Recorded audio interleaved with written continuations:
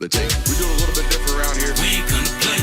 We ain't gonna play. Shut up and grind the tape. The tape. Let's grind. We ain't gonna play. We ain't gonna play. Them dogs in your face. Let's grind. We ain't gonna play. We ain't gonna play. Shut up and grind the tape. The tape. Let's grind. We ain't gonna play. We ain't gonna play. Them dogs in your face. Shut up and grind. Let's grind. Grind the tape, bro. Grind the tape, bro. Grind the tape. The tape. The tape. Let's grind. Grind the tape, bro. Grind the tape, bro. Grind the tape, bro. Shut up and grind. Grind the tape, bro. Grind the tape, bro. Grind the tape. The tape. The tape. Grind the tape, bro.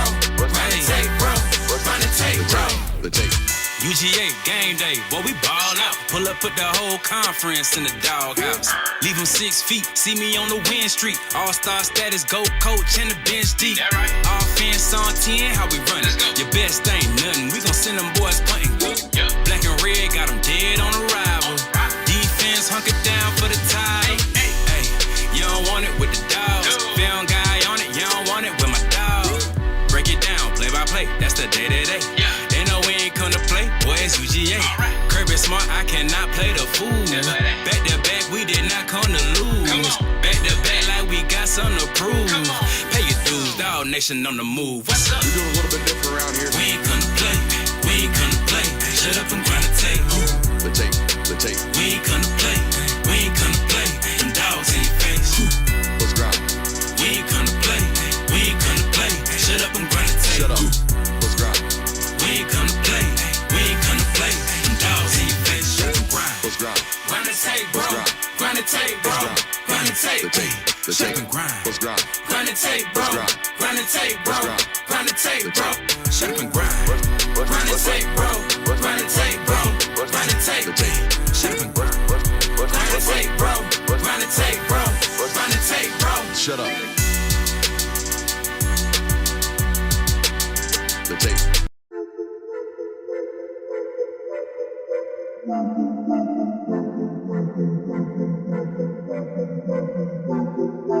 Welcome in, ladies and gentlemen, to MBR, or as we like to call it around here, Nothing But Rants, the show where I find topics that I'm oddly passionate about and I pontificate upon them. These are not hot takes, but rather takes that I'm hot about.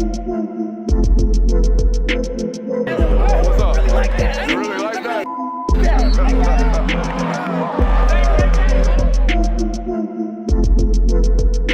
Let's shut up and grind some tape.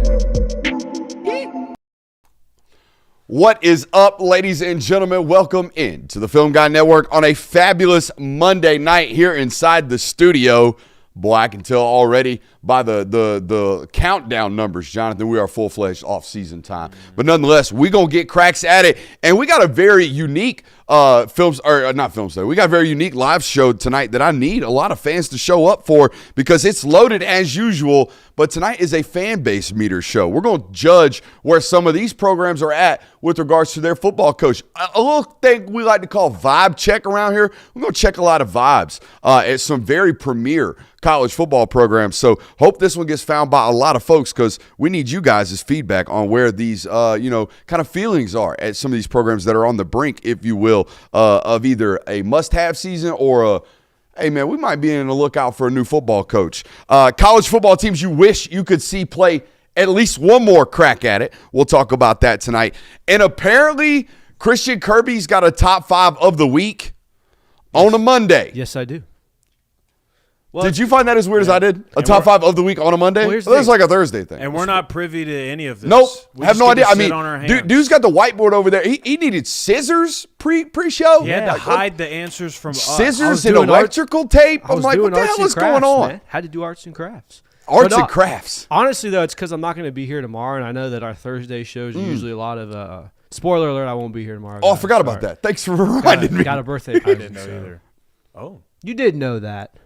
Well, I forgot that you had told us. There's a difference between not knowing and forgetting. I'm sorry that if over the weekend I forgot that you had plans on a Tuesday. I'm sorry that you don't think about me. 93.3 thousand subscribers here on the network on the way to 100K. It's very needed, but I need you tonight to do your part, okay? It is the off season. I talked about it. It is the off season time of the year with regards to our viewership and whatever. But some people are unglued to college football right now. I get it. It's February. Understand. We're in the search for the sickos. That's what we are.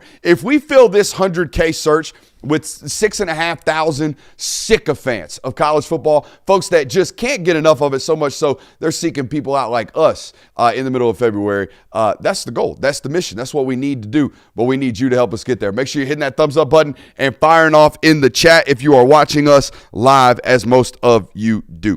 Let's get to work. Start with the news. Gus Malzahn retires from the game of football today at the ripe old age of 60 years old. Normally, you got like, I don't know, if you're like a real sicko, if you're like Nick Saban, you got like 12 more years at this thing.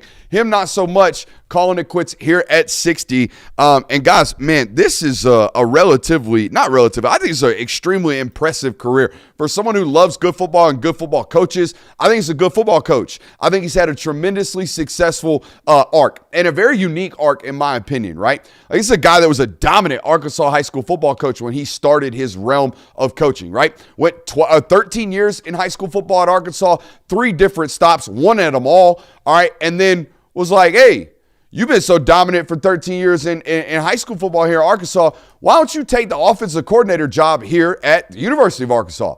And he was like, you know what? Y'all got that Darren McFadden and Felix Jones guy. And Peyton Hillis. And not a bad idea here in 2006. I believe it was 2006. I'll take that job, despite the fact that, you know, I might have to play 3 separate quarterbacks during the year. It's okay. We got Darren McFadden and Felix Jones. And as you said, Peyton Hillis. We're going to be all right. We're going to go make an SEC championship game and go 10-4 on the year. And then he spends 2007 and 2008 out there at Tulsa. And what's he do at Tulsa? 21-7 as an offensive coordinator, 41 points per game in 2007. 47 points per game in 2008. In 2009, he comes to Auburn, and he has to spend a year with Chris Todd at his quarterback. Woof. I don't know if you guys know who Chris Todd is, but Chris Todd was my mom's high school crush and love story. I just remembered that. That was his name. Not a football player, though. Not this quarterback. Just a random Chris Todd. As was the random Chris Todd that started at Auburn. Shout out to Chris Todd. Some random Chris Todd just got a shout out. Some random Chris Todd just got a shout out, as did this random Chris Todd. Got a shout out. Guys, they put up 33 points per game with Chris Todd at quarterback at Auburn in 2009. Everybody knows what happened in 2010. Cam Newton shows up. And then from 2012 on until his most recent stint as offensive coordinator at Florida State, he tried his hand as a head football coach, and I would argue it was relatively successful. We're talking 3 stops at Arkansas State, Auburn, and Central Florida, and he won 62% of his games. It's not bad. That's not bad. Not bad. That's not bad. It's a higher win percentage than the most beloved, like, eccentric offensive mind ever in Mike Leach. 60s, You know what I'm saying? 60 is Right. enough to get you eligible for the Hall of It Fame, is. right? Yep. It is. Well, now there's a rule where that doesn't really matter. Right. Well, You know, because of Coach Leach. Understand. And look, I'm a big of a Leach fan as everybody else, but this guy was very, very unique. This guy was very, very peculiar, and he won at a higher rate than most people give him credit for. I will always remember him for, putting Nick Saban in a box every once in a while at Jordan Hare. Mm-hmm. I mean, that guy beat Saban more than anybody. Yeah. His record stood taller. I think he was 5-7 over 12 years. No, it wasn't that winning. He won in 13, 17, and 19. So he's like 3-6, I think. But still, 3 wins during that span was unheard of for teams against Alabama. Well, Yeah. you didn't mention 10. He wasn't head coach. He was OC there. He was Right. OC. You know what I'm there. saying? But I think it merges. I mean, Gene Chizik don't get enough credit, I guess. No, shout out Gene Chizik. That 2010 season, magical. Can't take that away from you. Yeah, I mean, a very respected head coach for what he did. I know that maybe people aren't the biggest fan of Gus Malzahn as far as a personality standpoint, but from what he did from an X's and O's standpoint, for how he had those offenses constructed, like the one of the first things I remember is one of the first film studies I think I watched you do, Brooks, is a lot of smoke and mirrors. That's what you always said with Gus Malzahn, and that always resonates with me, like with a Gus Malzahn offense. Yeah. A lot of smoke and mirrors, like a very hard offense to decipher and prepare for. And it showed up on Saturdays. Like, it didn't matter if you were going up against one of the worst Auburn teams in his regimen or if it was one of the better teams. Like, you were always going to have to prepare for a very difficult offense to face. Yeah, no, I mean, Gus Malzahn, I think, is going to be looked at that 10 years down the line as someone who really, really had tough offenses to face and won a lot of notable games. Like the kick six happened under Gus Malzahn. That incredible 2013 season was Gus Malzahn. When they were underdogs in 2017 and beat the number one team twice in the span of like 3 weeks, like Gus Malzahn will be looked at, with very. I think that his career will age well, in my opinion. I thought his ability to do all the smoke and mirrors, do a wide or a spread version of a triple option, his ability to like shotgunize the option basically led to the evolution of RPO, in my opinion. I could be wrong. That's the way I view it. I thought Malzahn and the mesh option and the ability for Nick Marshall and Cam Newton to kind of spit it out to the flats ultimately kind of birthed the Hugh Freeze era of we're going to dominate with strictly RPO football and really spit things out and challenge defenses, play them on two different plays. He modernized option offense, but at some point in his career, either defenses caught up with him or it just aged out where we used to be able to compete for titles with Nick Marshall as our starting quarterback, and now we're pooped with Thomas Castellanos as our starting quarterback. And I don't think either of them are any more supremely talented than the other, to be honest with you. So that happened in a span of like 12 years. And I think that it was good that Gus Malzahn had the self-awareness for himself of, like, I felt like he always knew when to get out of things, and more so specifically like his last two stops. Yeah. Like, I think he knew it was the right time to get out of the UCF head coaching gig that he had down there, because I remember his first year down there, he gets hired as head coach. KJ Jefferson becomes the starting quarterback down there. I was relatively high on what that potentially could look like for them, and it ultimately did not pan out. And he cuts ties there. He does 1 year at Florida State, and like everybody else right now, understands where Florida State is at, where they're heading right now. Probably best to just go ahead, drop that one off. We'll call it quits, call it a career. I got a Gus Malzahn story for you. You want to hear it? I'd love to hear Gus Malzahn. Very, very interesting guy, obviously. You can tell by just listening to him talk and observing him. He often thought he was being watched. Or that his practices were being watched by the ops. So much so that during his time, this comes firsthand from my brother who played baseball at Auburn during this time period. During his time at Auburn, if you were in a room that had a window with a view to the outdoor practice facility, at the time of their practices, security across campus would close those windows, slide those shades. Jesus. Nice. Can you imagine how entertaining a 15-minute conversation with Gus Malzahn and Jim Harbaugh would be? Oh, would it be entertaining? Yeah, to just try. It'd be like two aliens talking, just like trying to decipher what the hell is going on right now. Just like, what are these guys talking about? And then mix who's the Caleb Presley guy? Mm-hmm. Throw him in the mix. Oh, Barstow, yeah. Yeah, and just have like the three of them. And Presley's there for humor. Harbaugh's there to entertain it. Malzahn's there to be like, hey, what's the robot doing here? Yeah? Yeah. Might be interesting. But no, a very interesting and peculiar career for him. I thought a successful one, and one that deemed 10 minutes of me diatribing his entire football career. So there's that. However, you mentioned Florida State and hey, he's got a good sense of when to get out of things. It's a good time to jump up off that ship. Yeah. I mean, he might be cooked. Not might be cooked. Not might be. Is cooked. They got content creators quitting. Yeah. I told y'all about this. They got premier content creators, like fan-based content creators being like, hey, we're not doing this until y'all act like y'all give a damn. And, I respect Bud Elliott a tremendous amount, having like known him over the years. As a Florida State guy, he graduated from their law degree program. And he basically said today, verbatim, the entire administration's punting on this season.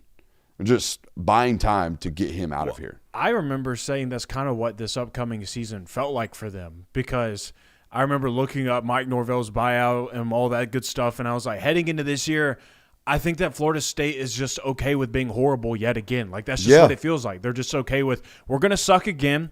It's like, whatever. That's what we have to do. Like, we have to get through this. It's almost like they are doing a rebuild like MLB baseball, MLB teams do, like where they just strip the roster and they got all these players, makeshift players that time has passed them. What do you think they're doing? Just like storing up the NIL money? I hope that's what you're trying to do.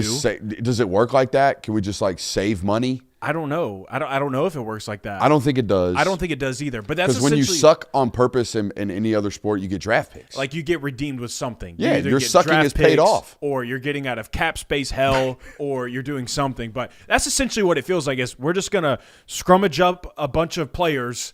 It's not gonna look good, but this is what we have to do. yeah. Yeah, I mean, if I'm a fan, I'm completely out on Mike Norvell. I guess the but- redeeming part of it is the buyout continues to lessen. Like that's the only good thing. Yeah, I think by like $12 million. Yeah. I mean, Is $12 million worth being an embarrassment, though? I'm not saying that's what they're going to be, but it's kind of feeling that way. it'll be embarrassing.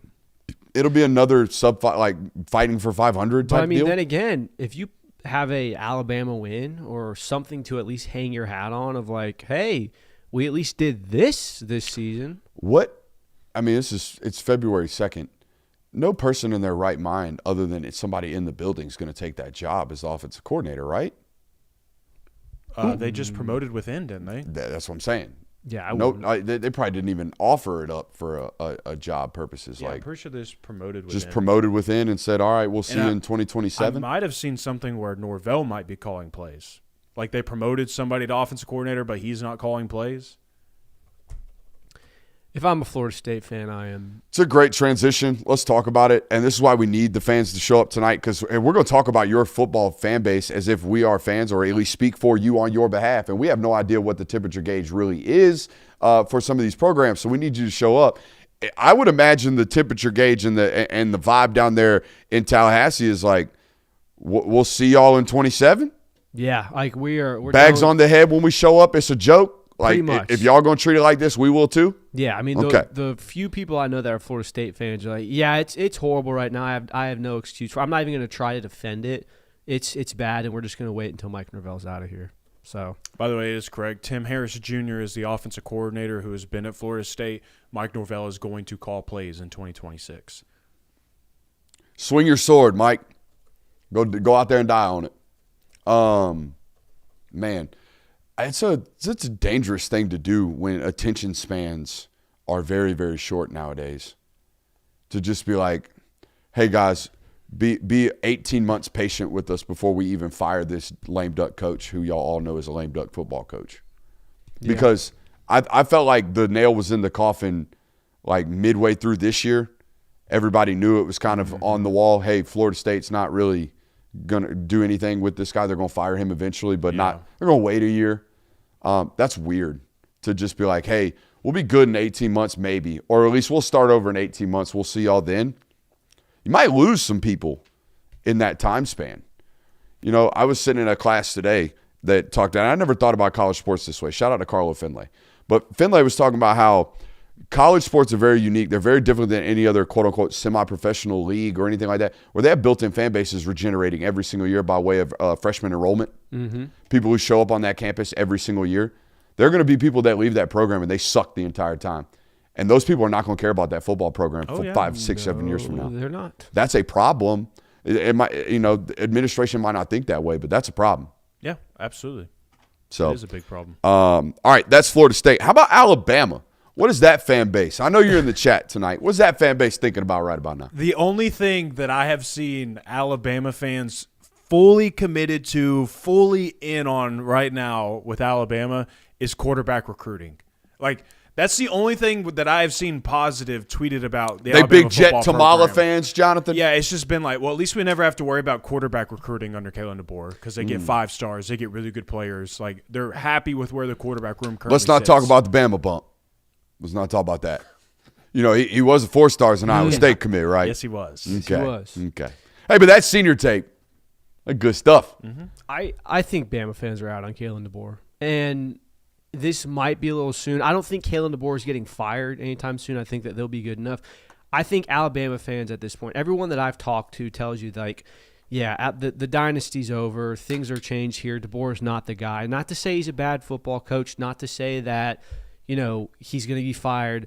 The expectation with the Alabama Crimson Tide is that you need to be competing for national titles at the highest level, and they don't think Kalen DeBoer can do that. I could be misreading that, and they'll back him publicly, and they'll say that, listen, he is our guy. He still beats Georgia, yada, yada, yada, all this. He'll be glad when he has a good recruiting classes, but I don't think they're buying in. By the way, they should call that the blue blood bump. You know, they all get it. Is that a tongue twister? Yeah, blue blood bump. Blup, blup, blup. Yeah, Yes, it is. Especially with a Zen and the lippy. You know, here's what I wrote down. Hopeful, I think, but concerned for sure. Yeah. Has well, like long past lost the fringe though. Oh yeah, He lost the fringe like a year ago. yeah. And they're already like setting lighter fluid to the couch after the Bama loss Well, and this or is the Georgia loss. This is exactly why so many people, including ourselves, were very skeptic of like, I don't know who is going to take this job now that Nick Saban is no longer the head coach, but you need to be mindful, whoever you are that takes this job, of what is coming down the path for you. And it's exactly Correct. what's happened to Kalen DeBoer of this program is held to a standard, a higher standard than anybody else in the sport. And fans are not rational. Most of the time they aren't. That's what makes them fans in the first place. And so for you to come in there and not necessarily hold this, like, you're not a horrible program by any means, but you're not playing up to this standard that they have witnessed for the last 13, 14 years with this other coach. And it's going to be the detriment to you potentially. And that's exactly what's happened. Yeah, and here's what I think drives home this point about this. Take the last 15 years of Alabama football and think of the 5 most embarrassing moments for that program that you can think of on the field. They've probably all happened under Kalen DeBoer. With Vanderbilt held to 3 points against Oklahoma, destroyed in the SEC championship, Florida State. It's really hard to even find a 38-3 postseason performance the last 25 years of Alabama football. That's my point. It's really hard to find one of those. And I think that's why what's kind of the problem for Kalen DeBoer is like, yeah, things haven't been the championship Nick Saban level. You're going to always live in his shadow. But it's not like they just haven't been up to championship standard. They've been embarrassing at times. Like, we just got done talking about how awful Florida State's been. That team beat Alabama. Yeah. Stuff like that. So I think that's why fans are out on Kalen DeBoer. I think you can stomach 9-3 and, hey, we made it to the SEC championship if it comes with you don't have to have these embarrassing, laughable losses. Like, this team's lost to Vanderbilt before they were Vanderbilt. Chat's ahead. talking about the Clemson loss in the Natty during the Saban era. I thought wasn't that like just random freshman Justin Ross game? And random Trevor Lawrence, like, unconscious. That was the point. I was literally Googling That this, is trying to figure out. That is a very embarrassing moment in their right. 44-16 in a national title. Correct. Under Nick Saban. That's unacceptable. Correct. There's It's one. embarrassing. There's one. So 4 of the 5 are from Kalen DeBoer era. And I think Am I correct on that? Was that Trevor Lawrence freshman year? correct. Justin Ross You are freshman year? correct. Yeah. That was also Yeah. the we're going to try to run a fake field goal with Mac Jones. Tua threw a pick 6 in like the first quarter. Like, just a domination from Clemson. So, yes, that is an embarrassment, absolutely 1,000%. So, I mean, like I said, I think he's a really, really good football coach. I don't know. I'm always and I'm not, if I don't carry the fandom thing, but I'm always if we fire him, who we going to get? Right. You know what? That's a great question. That's always my question when we have these conversations. If you fire him at Alabama, who you gonna go get? Yeah. Some guys he's beaten. You gonna go hire some people that he's beaten. Yeah. No, Consistency is his problem. It's always been. Right. They got to figure that out. There's no doubt about it. My one question I had about this before we move on is, as a Alabama fan, it's really to the fans listening today. As an Alabama fan, do you look at this season a little bit differently now that you have hindsight 2020 with regards to the severity of Ty Simpson's injuries? Because they faltered down the stretch, but his body did. Oh, 100%. You know what I mean? I would definitely say yes to a certain degree of like what might have been if Ty Simpson stayed healthy that year. I think there still was consistency issues with Alabama. Yeah. All right, let's move on to Tennessee, and I'll start here. I think they're teetering to an extent, or at least their social media presence is. And I know there's some lunatics out there on social media. I know what that is. But here's what I think it should be. I think it should be hopeful, all right, and locked in and committed to this one and hopeful that it is the right one. All right, because here's why. We know the stats. Prior to Heupel, the previous 20 years, Tennessee football was a 7.5 win football program. That's what they were on average for 20 straight years. All right, year 1 under him, he wins 7 games. Year 5, he wins 8. All right, so years 1 and years 5, he did what y'all been doing for 20 years. Okay, and in between that, He did some stuff y'all ain't done since Fulmer. So I think y'all ought to sit right there and be like, you know what? We got the right guy. Let's commit to this guy. And let's be true to this guy. Now, here's the fringe take. Speaking of fringe takes. Do you think the hatred towards Heupel when it doesn't go their way would look a whole lot better if he did? Ooh. Is this a... I'm dead serious, and I'm not being mean. I'm not being mean at all. I'm trying not to be. I'm trying to be professional as well. No. I mean, but you know how the internet works. There's validity to what you're saying. There's real. I think that fan base, sometimes the first thing they go to is offense sucks, 2 minutes terrible, look at our coach. And in some whatever order. Well, and we can eliminate one of those. We can take care of it. Yeah. I'm not trying to be a jackass. I swear to God. I get what you're saying. I do think, like, obviously, the way you look in the personal eye does have some effect on the way you're viewed by your peers and your fan base. But I also know college football fans well enough. Like, you're not going to not be mad at your head coach because he's a little more attractive. The fact that, yes, Josh Heupel isn't going to be on GQ, the cover of GQ anytime soon. We ain't even got to make it about that. But can we, like, shave our face before we go to a camera from now on? Maybe. I don't know. I mean, maybe stuff like that is like, that's nitpicking in my opinion. I don't think it would save him from any criticisms. No.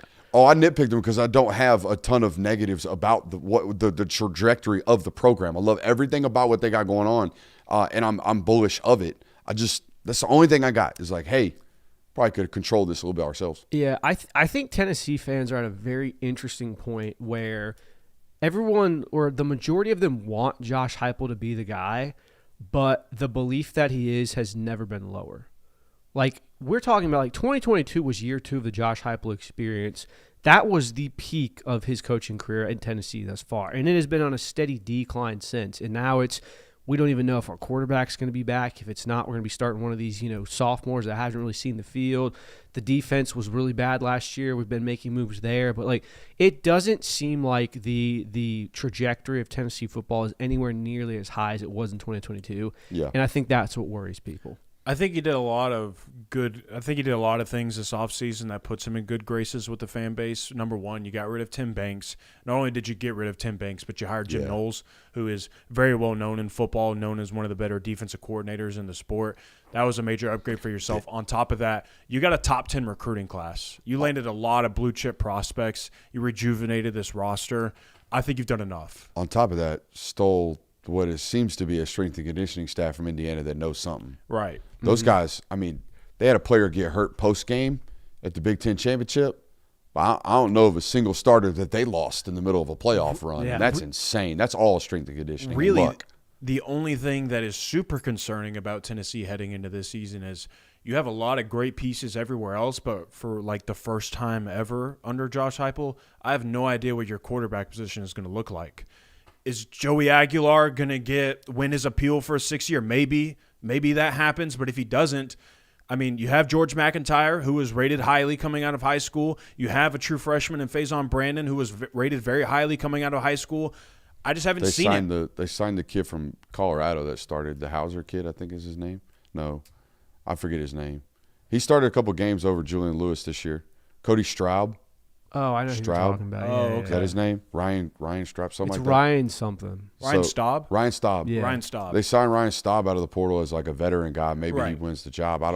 But you know how I feel about that. You paid a lot of money to land those highly touted quarterbacks. You spent a lot of time on the recruiting trail. You might as well play them. Mm-hmm.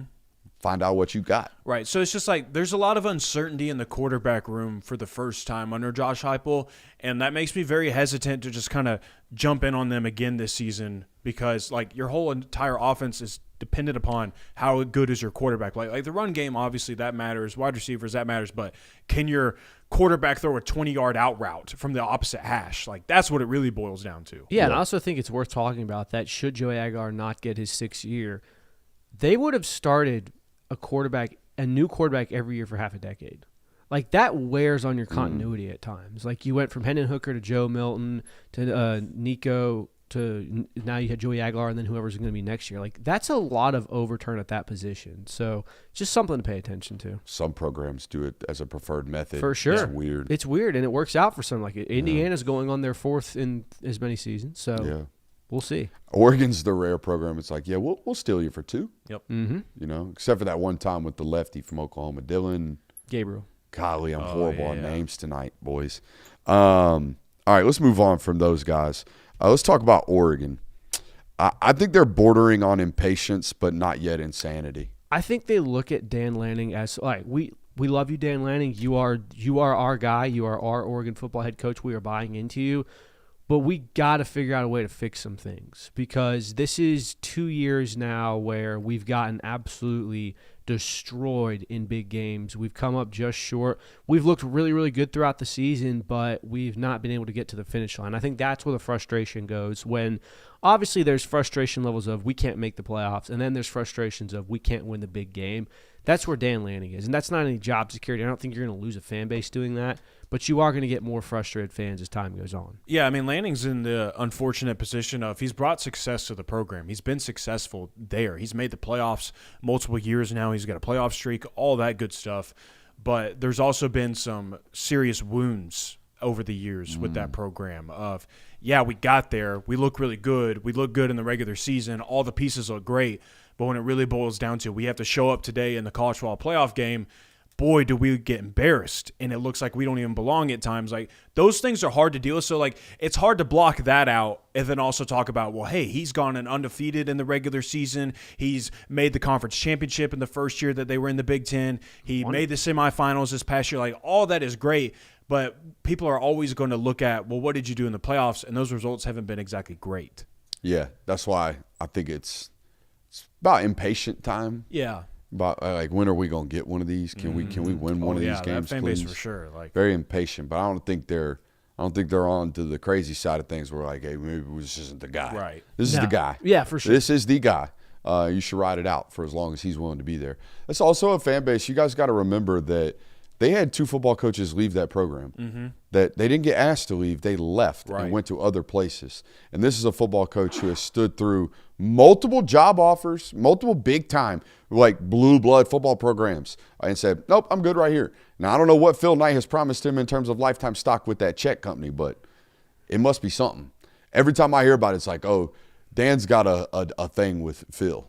They got an unspoken agreement." I don't know what that is, but that's probably like, hey, we got you for life if you choose to stay here. Yeah. You know, Shout out. maybe he's got some ascending contract that's like you get extra stock options to more and more years after 5 that you're here. You stay 5, year 6, you get like, you know, I don't know, $1 million worth of stock in Nike. Ooh. it's not a bad It's not a hunch. I should be an agent. Maybe not. I think this is going okay. You good on Oregon? Yeah, I think we are. I'm real quick on UNC. Hoop season? You're still in, though, right? Huh? Like, the fan base should still be in on this, Here's right? Are they ever in on football? I don't know. They were for I know the administration is because they were held hostage by their primary booster to hire Bill Belichick. And they're like, not only are you going to hire him, but rev share $15 million. Football. North Carolina fans, in my opinion, and I could be completely misspeaking here, are the fan base that gets really excited come like week 3 through 5, where it's like, oh, the team's really good this year. But by week 8 or 9, it's like, all right, we don't care. Gonna keep it a buck. Ain't never met a UNC football fan. I know a lot of Warriors fans, UNC fans, Yankee fans, Bama fans. Well, I know a lot of those. I don't know a lot of. Yeah, I'd be riding with the Tar Heels through and through. Well, I would assume that most of their football fandom is, I love North Carolina hoops. I like the football team because that's what they're associated with. That's what I'm saying. Yeah. It's the vibe right now is hoop season. Yeah. Oh, And if I'm 100%. going to get angry about anything, it's about this round bouncy ball. For sure. But no, I think that they're still kind of in on Bill Belichick, but Too early to bail. it will. Right. Yeah, And the Jordan Hudson stuff's gone quiet. yes. And Pablo Torre's moved on, so you might be all right. Didn't that just – I don't know. Did it end?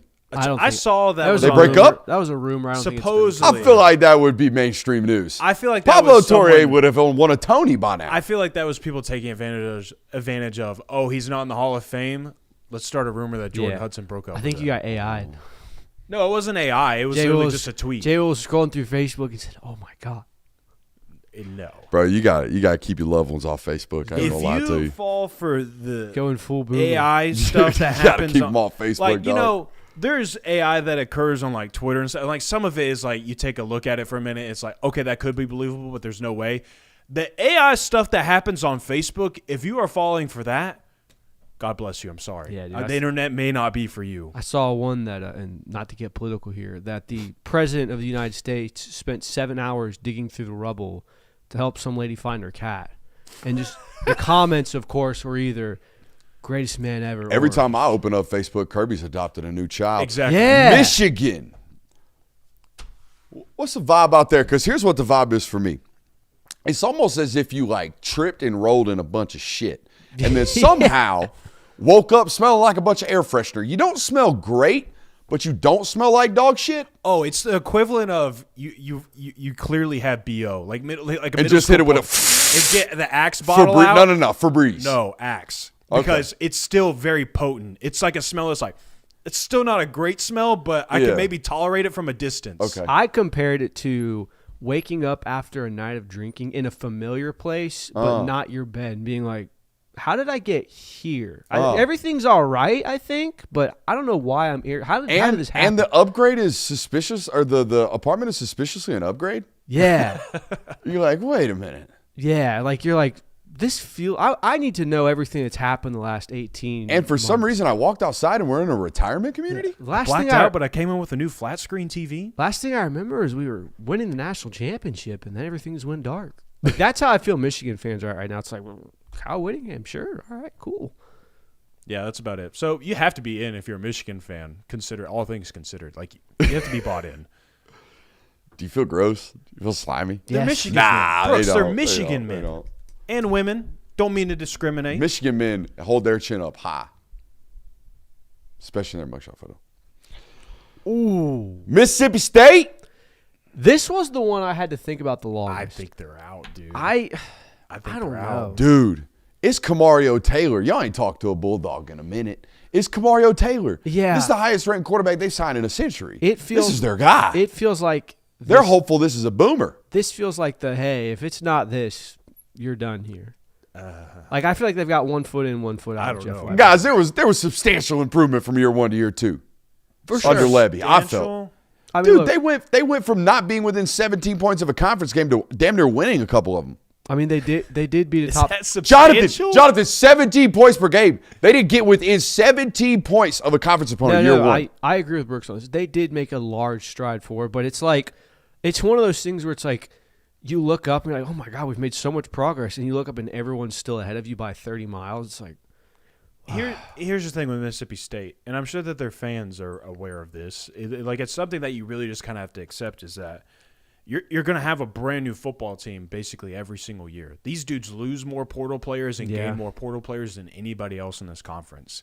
So it's kind of basically throwing darts blindfolded at times. Like that's what it is. Every single year, like, yeah, it's great that we have Kamario Taylor. We'll see what the other 100 players on this roster are going to do. I think, and this I could be misreading completely here. I think the expectation of a Mississippi State fan is we at the very least have to win 1 or 2 games where it's like this was an incredible performance by us, like the Arizona State last year, or pulling out Texas games like that, and we have to beat Ole Miss. And everything else is kind of a bonus, but we have to have at least 4 or 5 games we can really hang our hats on this year. And to their credit, they were close in a lot of games. They took Tennessee to overtime. They took Texas to overtime. They beat Arizona State. Like stuff like that you have to have, but there's still a long way to go for Jeff Levy, and I just don't know if he's going to get enough time. And is that like, as their fans, and I ask this because I truly don't know, like, are those fans really okay with saying, well, we were close to beating Tennessee?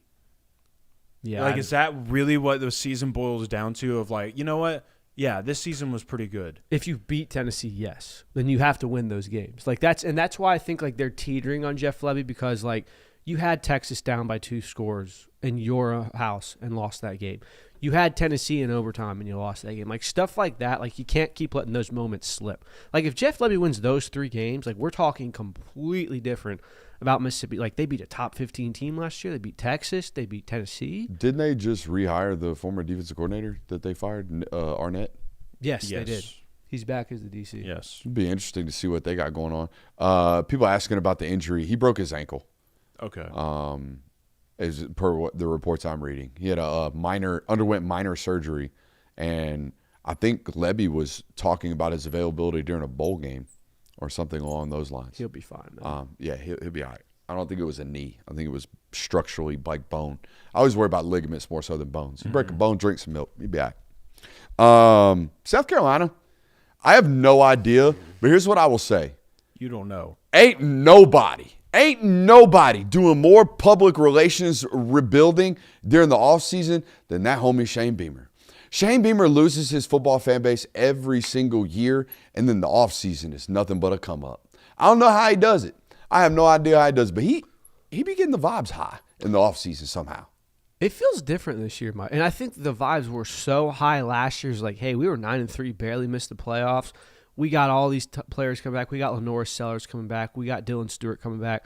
We've got Mike Shula calling our plays now. He's an NFL guy. Like, there was a lot of hype coming in last year, and they didn't deliver. I don't know if there's the same, like, excitement and you know, jovial feelings about this year's South Carolina team. I honestly feel like Shane Beamer could be in deep trouble this year. I think the fan base is kind of like we're going to wait to decide this year, because if you look at, like, after 2026 – you don't have Lenore Sellers. You're not going to have Dylan Stewart. You're not going to have a lot of the guys that got you to where you were in 2024.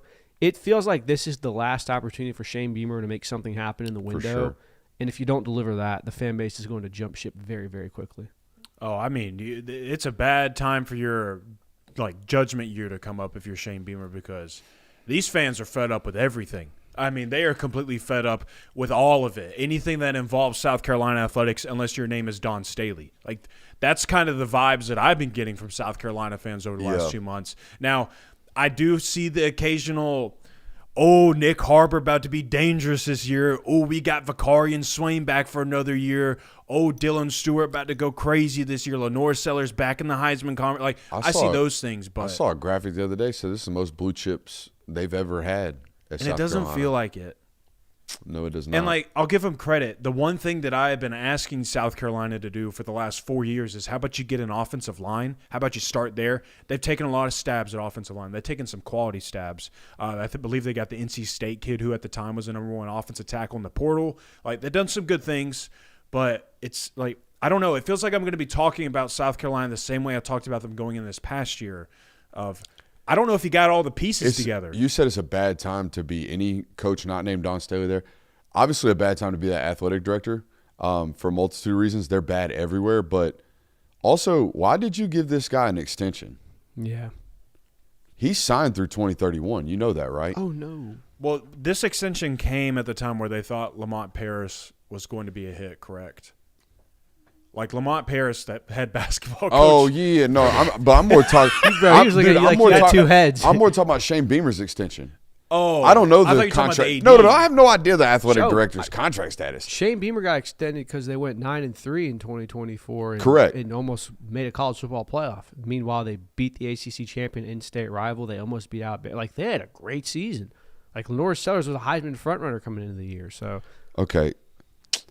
Set to receive a buyout at almost $28 million. It ain't that bad. He signed through 2030, not 2031. I say ain't that bad. That's a year's worth of roster money. yeah, I mean that's $27 million.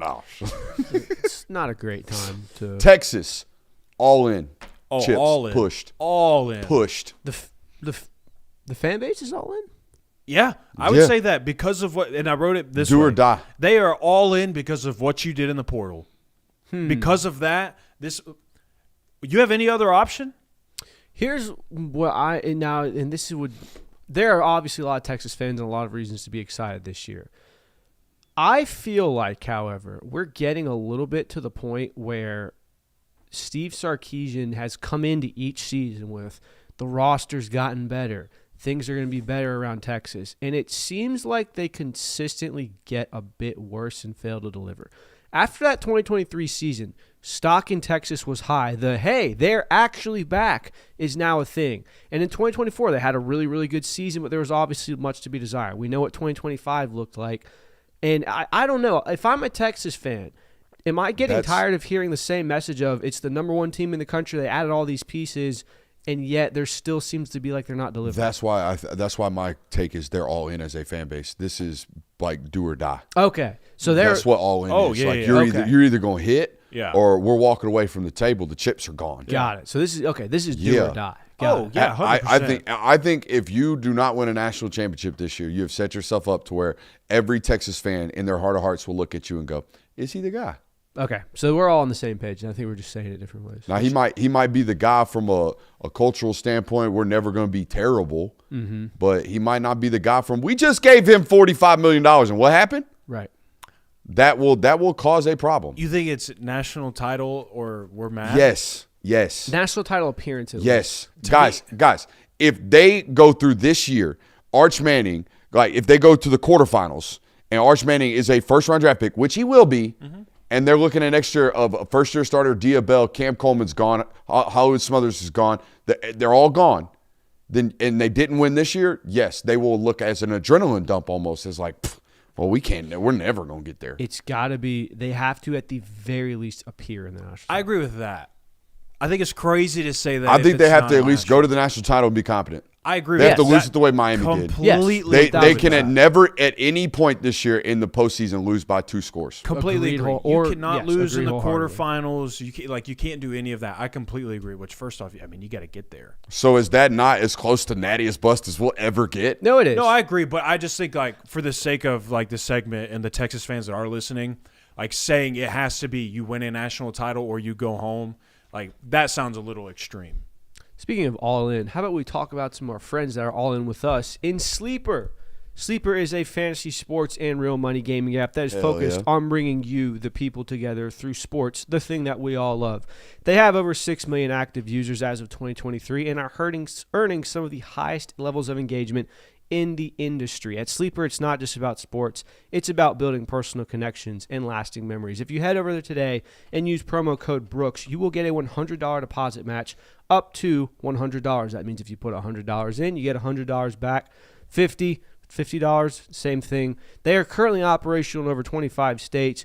Check out their terms and conditions. Thank you to our friends over at Sleeper. And one more time for that promo code, it is Brooks. Shout out to those folks over there. Shout out to you guys watching today. If you haven't hit that thumbs up button already, now would be a good time to do so. We'd appreciate you for that. I think Nebraska fans kind of know they're in for it. There ain't a single. I thought there was some. Maybe we make a playoff if we're lucky talk last year, but this year they're like, all right, let's see. I think they're out on Matt Rule. Calandria, let's see. Again, can't be out on Matt Rule. We got him till 2030. Like some of these guys have just like flirted their way into. Oh, Virginia Tech's open. Ha! Shane Beamer, 2030. Oh, Penn State's open. Ha! 2030. You as a fan base can be out on the coach. That doesn't mean your organizations. Like, this is a fan base talk. Like, the fan base is out on Matt Rule. Obviously, the brass and the people that cash the checks and the ones that end up doing the hiring and firing are not in a position to fire him.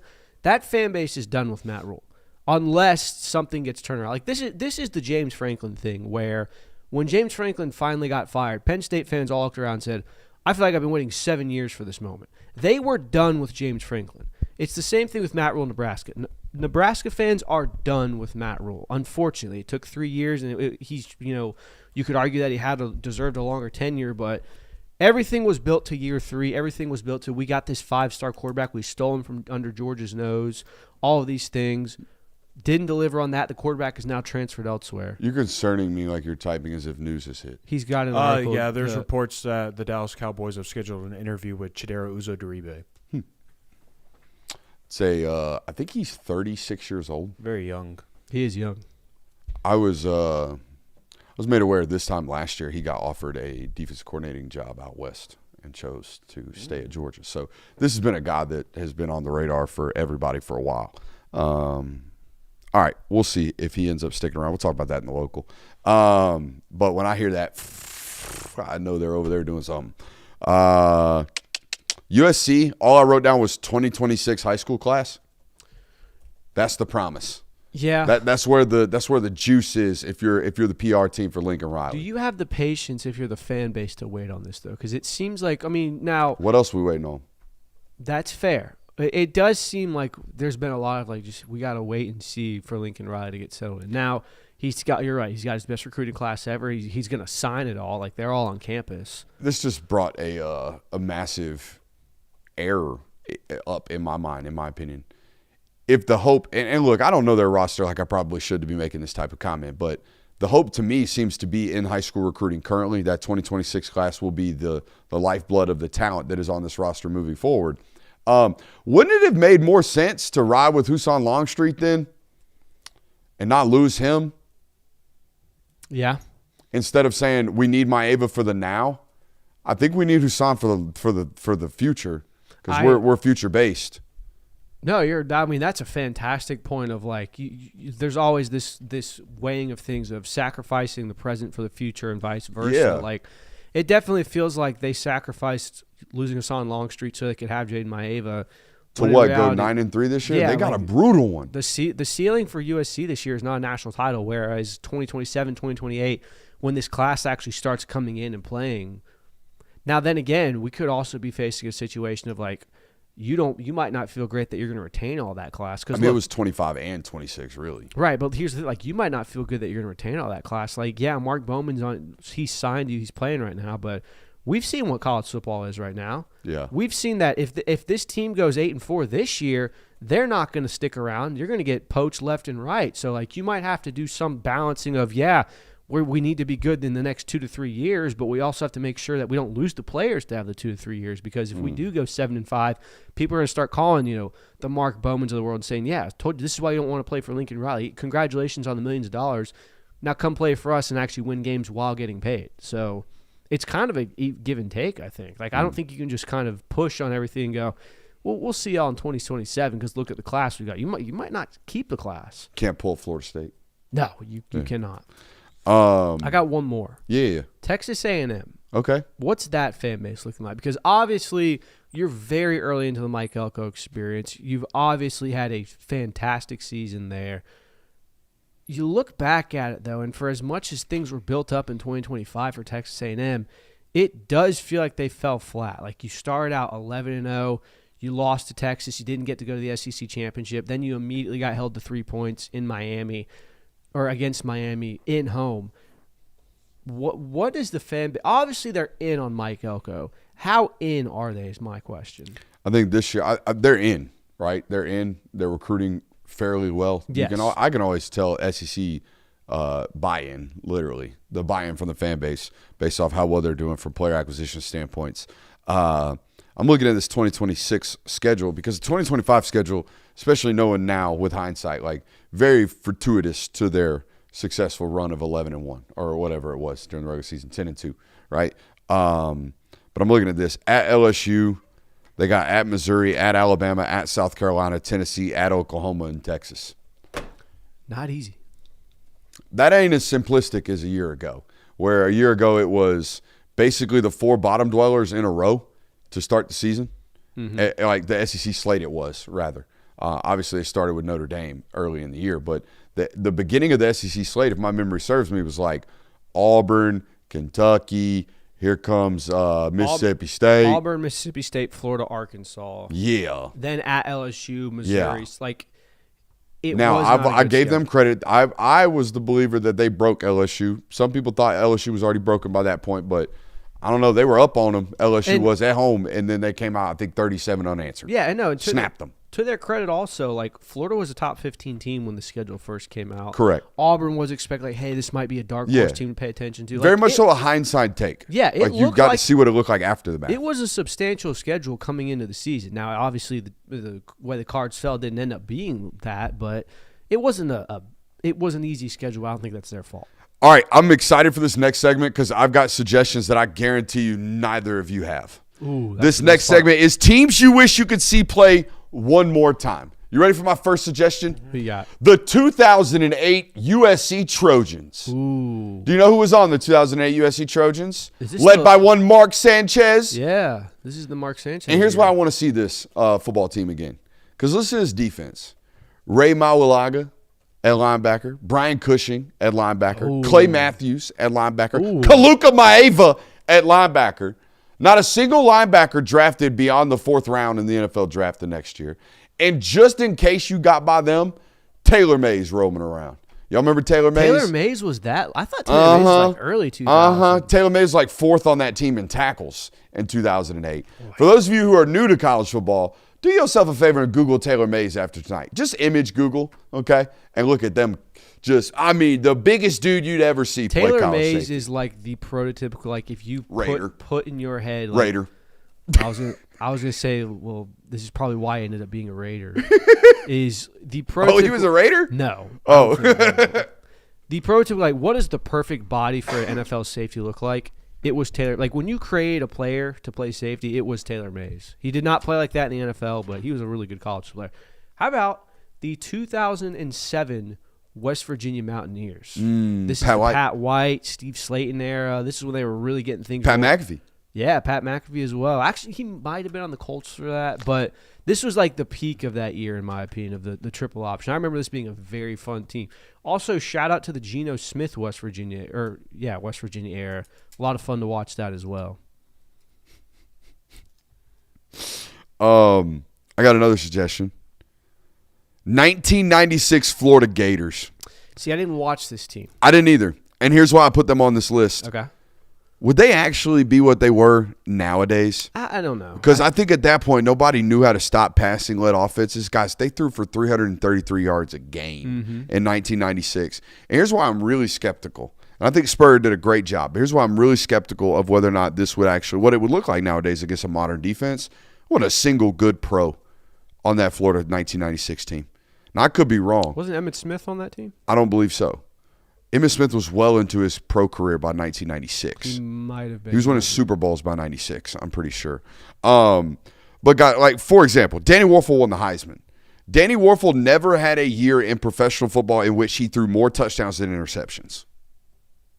How would this look in offenses that are against defenses that know how to defend passing concepts? No, I mean, conceptually, I think they're in like.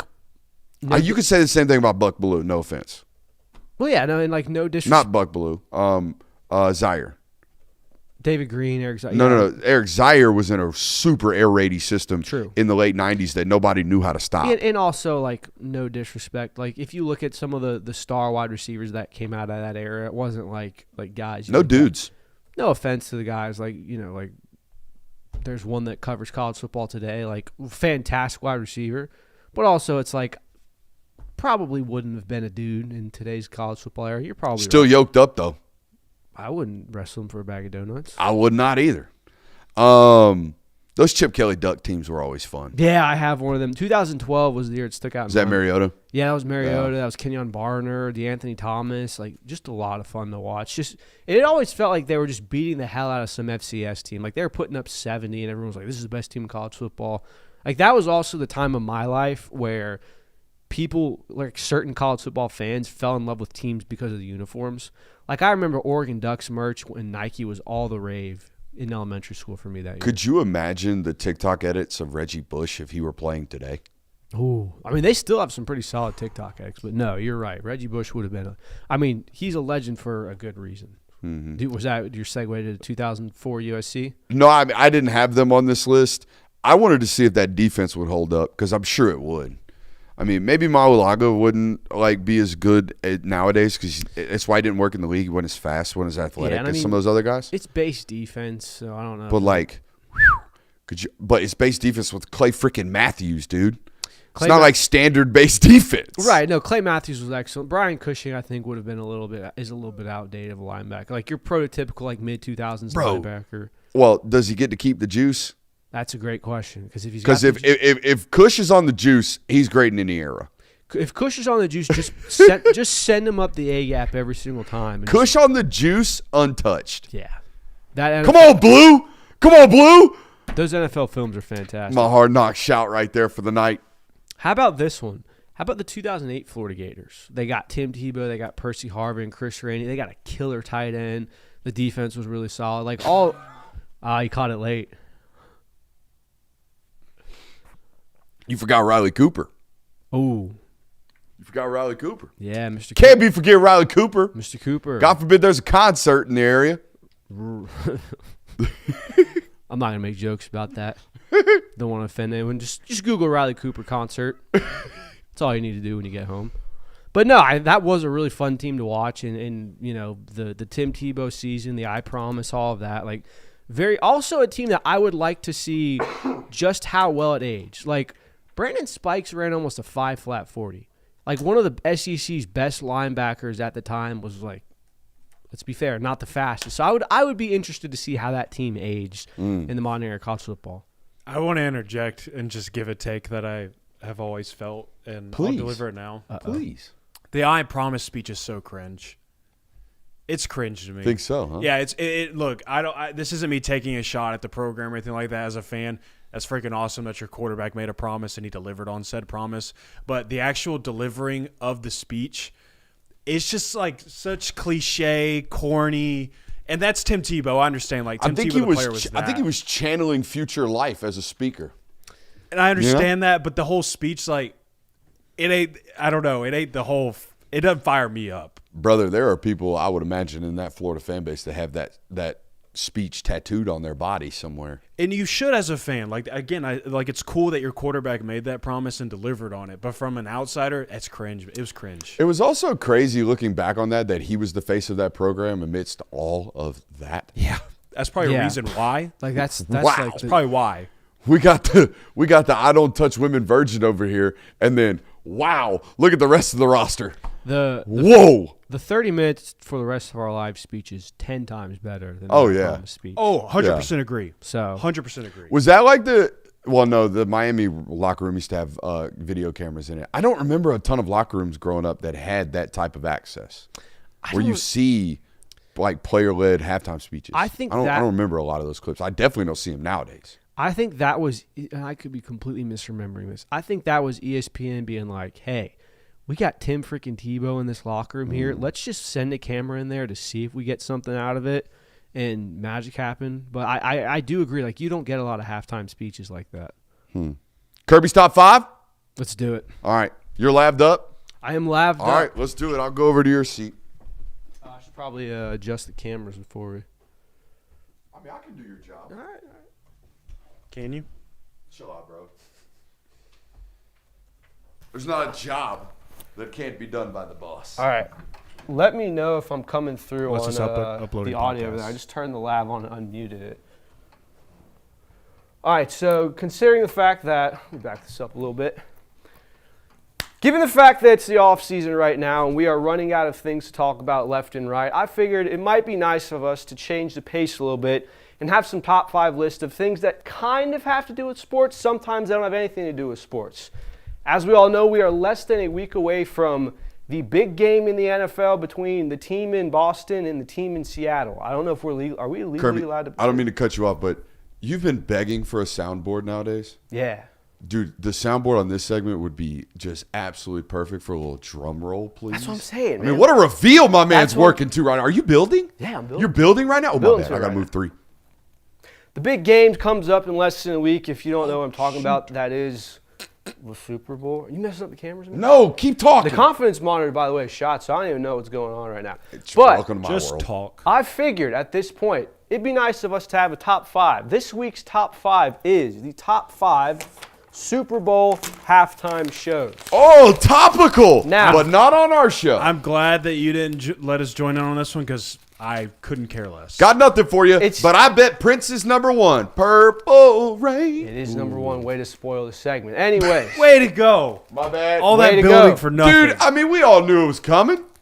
this is a good point. However, I do want to preface with this is my personal top 5. It's the one I believe. So if you have disagreements, take it to the comments. Kick I'll rocks. happily have discussions with you in chat. Starting off with number 5, we have Michael Jackson, the classic, kind of the one that got it all started for having big names in the Super Bowl. Beforehand, it was some weird Disney stuff. They were doing It's a Small World dances out there and marching bands. Shout out to the king of pop, Michael Jackson. Number 4, Katy Perry. Now, She did the halftime? Yeah. I am not the That's biggest where Katy the Perry dancing fan. sharks came Yeah, from. this is Oh, Left Shark. yeah. Left Shark meaning. I don't love all of Katy Perry's music. I will say though, she played a bunch of hits, had a bunch of good showmanship, came out in like a mechanical lion or something. Yeah. Obviously, we got Left Shark out of it. It's not my favorite Super Bowl halftime Shark. show. However, It's a solid one. It was like all the pizzazz and like wow factor that you need. I think it's the epitome of what a Super Bowl halftime show should be, of just pyrotechnics everywhere. What you got? Did you mean to do honorable mention last? Yeah, honorable mention. Okay, just honorable making sure. mentions comes before number one. It was very distracting for me. I'm curious. Honorable mention. Don't worry. We'll get to OLI? We'll get to honorable mentions too. Number 3, Bruno Mars. I knew that would be on the list. This dude, obviously, just charisma. Starting off with a Big-time drum Bruno Mars solo. fan. Oh, yeah. This would have been higher on my list had the Red Hot Chili Peppers not come out. No disrespect to the Red Hot Chili Peppers. Love all their music. But Bruno Mars and the Red Hot Chili Peppers don't necessarily mesh very well. It was kind of an interesting moment on that. Coming in at number 2, Dr. Dre and Company. That was the Super Bowl with Matthew Stafford, the Rams, and the Bengals. I had low expectations for this one, honestly, of, oh, wow, a bunch of 50-year-old guys are going to rap a bunch of songs that were popular 20 years ago. It didn't very much appeal to me, but when it did, it very much came to be a celebration of Los Angeles, a celebration of rap music throughout the last 30 years. Eminem was great. Kendrick Lamar was great. All those guys are great.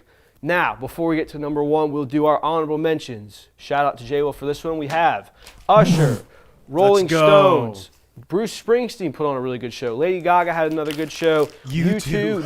The post 9/11 U2. Was that the one where they made me listen to U2 after that? What do you? No. Okay. You're thinking of when they forced the download to your Apple? No. Correct. This was in 2002, like 6 months after 9/11.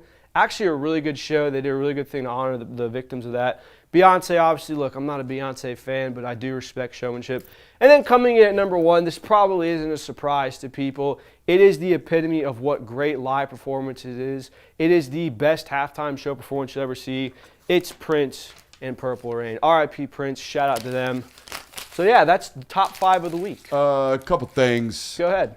Not a big fan of Kendrick Lamar calling Drake a pedophile on national television. So I really appreciated that show. I enjoyed it. Oh. You're good. You're Didn't good. It was a non-verbal cue. Could have taken the coaching. Like I said, it. this confidence monitor goes in and out right now, so I wasn't even looking at it.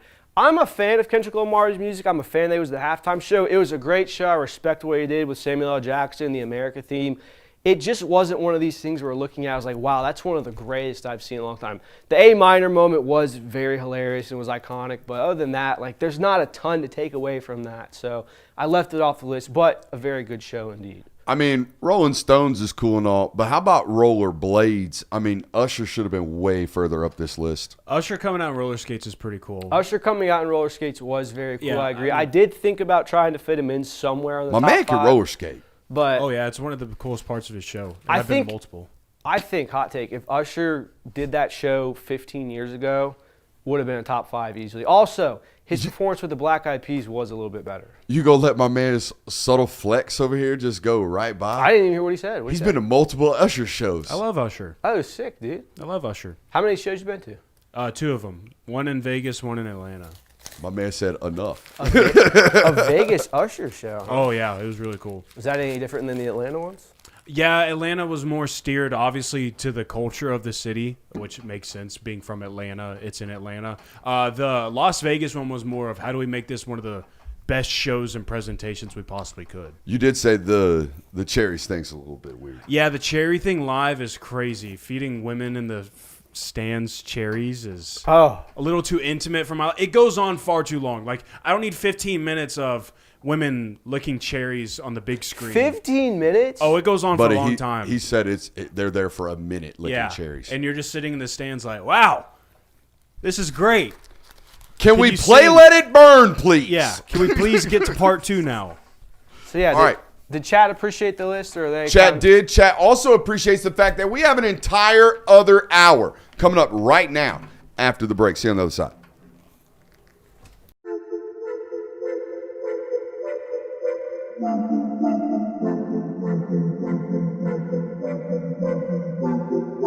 Welcome into Talk the Dog, the show where we find a bone to pick and a take to give. These are not hot takes. These is dog takes. Can I talk that dog?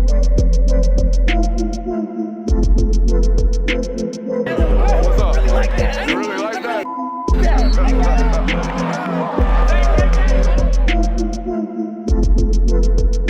Let's shut up and grind some tape. What is up, ladies and gentlemen? We are back for another hour here on the Film Guide Network, and it is our best hour, our local hour. We're finna talk that dogs here until the fine clock strikes 10 o'clock tonight on the hour. Five-star running back commits to the University of Georgia, Kemon Spell out of Pennsylvania. Sanford getting praise. All right, absolute praise from a very, very good football player. Corporate patch talk tonight? Mm-hmm. We're going to talk patches, Houlihan? We're selling out. Oh, yeah. I love that. I'll rock a patch. Maybe a rollback patch, huh? Ooh. Every once in a while. Hey, we also have major analysts with major praise tonight on the local hour. Yeah. You know, it's that type of season. getting So-and-so praise. says season. It's praise. I love so-and-so says season. That's where we're at right now tonight. But let's start the show with the news. Wow. What a commit today. Ooh, baby. What a commitment today from Kemon Spell. This comes directly after a hit that I think debuted just before today. Mac and Murray. I'm on Mac and Murray late last night. My man calls me for an 8 o'clock Sunday night hit. Okay. Rolled in, caffeinated as usual. And I give this a very, very elaborate take about, hey, what's going on with the running back position? Like, hey, where's all the dudes? Like, I think Murray said verbatim, it's been a long time since I've seen a Todd Gurley type run out the room. Oh. And I was like, well, there ain't been a Todd Gurley in the room because they ain't really signed. I mean, say what you want about Nate Fraser's high school recruitment profile. They ain't signed a start to finish, this is a premier blue chip dude since DeAndre Swift. They got a commitment from one today. This is a dude. This Kemon Spell is an absolute flat-out 5-star and will be throughout the process. Not no offense to Nate, he's a great back. But he was, if you look at his profile, I'm pretty sure he was like top 75 and then right up into that top 32 because we delayed commitment until January, if my memory serves me correct. I mean, I don't think we need to talk negative. No. I'm not trying to. I'm just saying this is the highest rated, most blue chip status dude that they've signed, in my opinion, since DeAndre Swift. Yeah, definitely it's at least since Zamir White. But you're all right. Like Zamir White. It has been a while since Georgia has got a guy to commit that was a 5-star at the time of their commitment and wasn't a, hey, this is a 4-star, but after his commitment, after some other evaluations, he's a 5-star. So you are right. Like, this is the highest commit that they've had in a minute. I looked at my intel today. 5'10", 202 pounds are the latest measurements they have up there in Athens on this football player. And he was a Penn State football commit. If he didn't get fired, did Franklin, I think this kid ends up a Nittany Lion being from Pennsylvania. And he commits to the University of Georgia today. Let's watch the tape. Let's get straight up to that and watch the tape because this is 8 minutes. And I told Jonathan today, I think we should watch all 8 minutes of it. This is a guy that played 8 games this year and ran for 1,700 yards. Yeah. 1,700 yards in 8 games. 1,700 yards in 8 games. He missed 5 games due to injury this year and racked up 1,700 yards and like 28 touchdowns. In one of these games in this highlight tape that keeps popping up, you're going to think he doesn't have a shoe on. Nope, it's a big-ass ankle tape job. I mean, he played banged up all year long and put up 1,700 yards. So, bro averaged more than 200 yards a game? Yeah. I have the stats right here. Missed 5 games due to injury, still reached 1,000 yards, 1,755 rushing yards, 28 touchdowns, 6 receptions, 114 yards a touchdown, 4 kick returns with 1 touchdown, 7 punt returns for 2 touchdowns. Oh, this is This is juicy. Let's take a look. juicy. Yeah, this guy's a 5-star chat. Yeah, no, this Number is 7 player in the country. Yeah, no, this is a dude, guys. This is an absolute steal and a massive land for Josh Crawford. By far and away, his biggest pull from a recruitment standpoint. This is if this hits, like, holy shit, Josh Crawford Coach of the Year type thing. All right, is what it feels like. Okay, this is elite tape. I think it's the first play where I was like, nah, you're not going to score, are you? This is a touchdown, guys. This is a touchdown. Dog, what? Yeah, buddy. The most recent track time we have on him is 11:02. I think as a sophomore. As a sophomore, the tape tells me 10.85. I don't think this is like a big time long speed guy, but the lateral ability of this kid is insane, and that first step quickness is legit. Balance. And the contact balance. The reason being, Compact. Kirby, we're carrying 205 and 5'10", and I would say we're carrying 185 knee to chest. I mean, it's all right here, guys. We are a very thick-middled football player, and that's great for a back, in my opinion. We're about to catch a body. you're dead. Oh, my So God. and look, I think that was a good Timmy, picture of what no. I'm talking about. I want my backs built this way, okay? I want my offensive linemen to carry most of their weight differently, but in different body types in every position. But does it not look like we carry majority of our weight right here in our midsections, aka the strike zone of where people are going to try to contact me as a ball carrier? Yeah, the calves aren't huge. So according to Josh Armstrong in the chat, 436 verified laser at a Nike camp. Quicker than long speed then. All right, we needed to stop running track. We need to stay on them 40s because this is elite quickness. All right? Yeah, we're thick, man. We're so hard to tackle. This was the game that I saw. This one he came on my radar because this game right here, he's out by half and has 239 yards of like total offense, and it's goofy. Good God. I swear to God, I think the first 7 touches in this football game, he had 6 touchdowns. This is a great return, but the return team needs props for that blocking job. Yeah, I saw this today. We're still doing the wedge in PA. Yeah, the wedge. Yeah, I didn't think we were allowed to wedge out here. I didn't either, but if it's working, it's working. I think that was maybe an accidental wedge that we got away with maybe. Hey, if it works, it works. Now, not to be that guy, there's something to be said about the Jimmies and the Joes that he's playing here, okay? It's a little Timmy and Tyler out here in PA, okay? No, yeah, for sure. I mean, we got left guards in 4-point stances, dog. I'm here for it. Knuckle 4 points, too. Did you see that? Mm-hmm. This was the one where I was like, did he lose a shoe? But nope, that's a white cleat, white socks, and big-time black ankle tape over there. Okay? Hell yeah, good tackle, Bob. How about some B-bag tape right here for you? How about some B-bag tape, crib?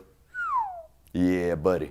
Now, one thing I did notice, not a ton of knee drive here, okay? But I'm okay with it. I'm okay with it. Again, I love the fact that corner tape, big dog. Corner tape. Did you see that? Corner tape? Yeah, we mixed in a corner He tape. had a couple interceptions. We mixed in a stick right here.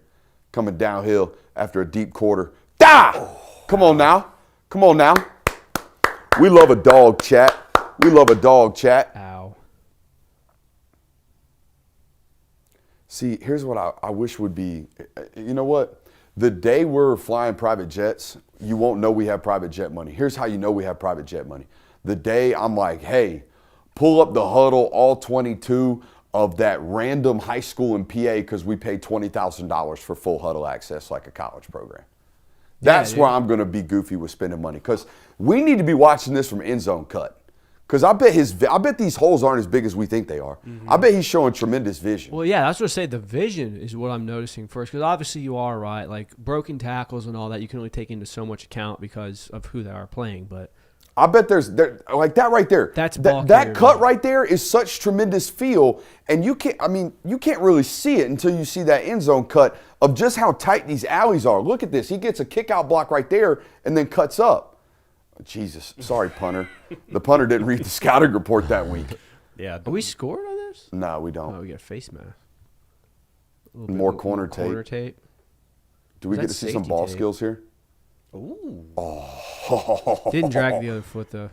We're good on Saturday. I'm fine with that. Not good on God dang, Sundays. dude. Over here nitpick. Are we going to throw this one? Yeah, we are. I can feel it. You can just sense it. Now that's All Todd. right, scrap that from the playbook. That's at Todd Georgia. Gurley. No, and he can pass. No. That's Todd Gurley. We got to find someone else to be doing that, but hey, love it. Ooh. I'm rewatching that one. See, I want to see this from the back. Like, we got backside crease feel right there. Mm-hmm. Got some good vision. Natural He has feel. great patience too. Like he's not running full speed when he gets the ball until he crosses the line of scrimmage. Like he really does have another gear. Yeah. We're a 5 to 25 guy though, in my opinion, don't you? Yeah. I mean, Yeah, this is that game where he's got 7 carries for 6 touchdowns.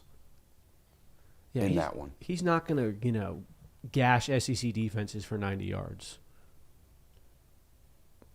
When you're done with this, apparently there's a video I need to go find that you were tagged in on Twitter of this from a end zone cut. Okay. Well, hell, let's pull it up now.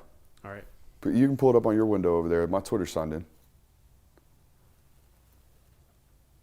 My apologies. You're good, bro. Jay Will. Oh, good high point. Whoa. Oh, he's doing over there. That's a that good high point. Was that a pick or was that a? I don't know, but we're not going to know in this triple option, but I want to see some halfback screen.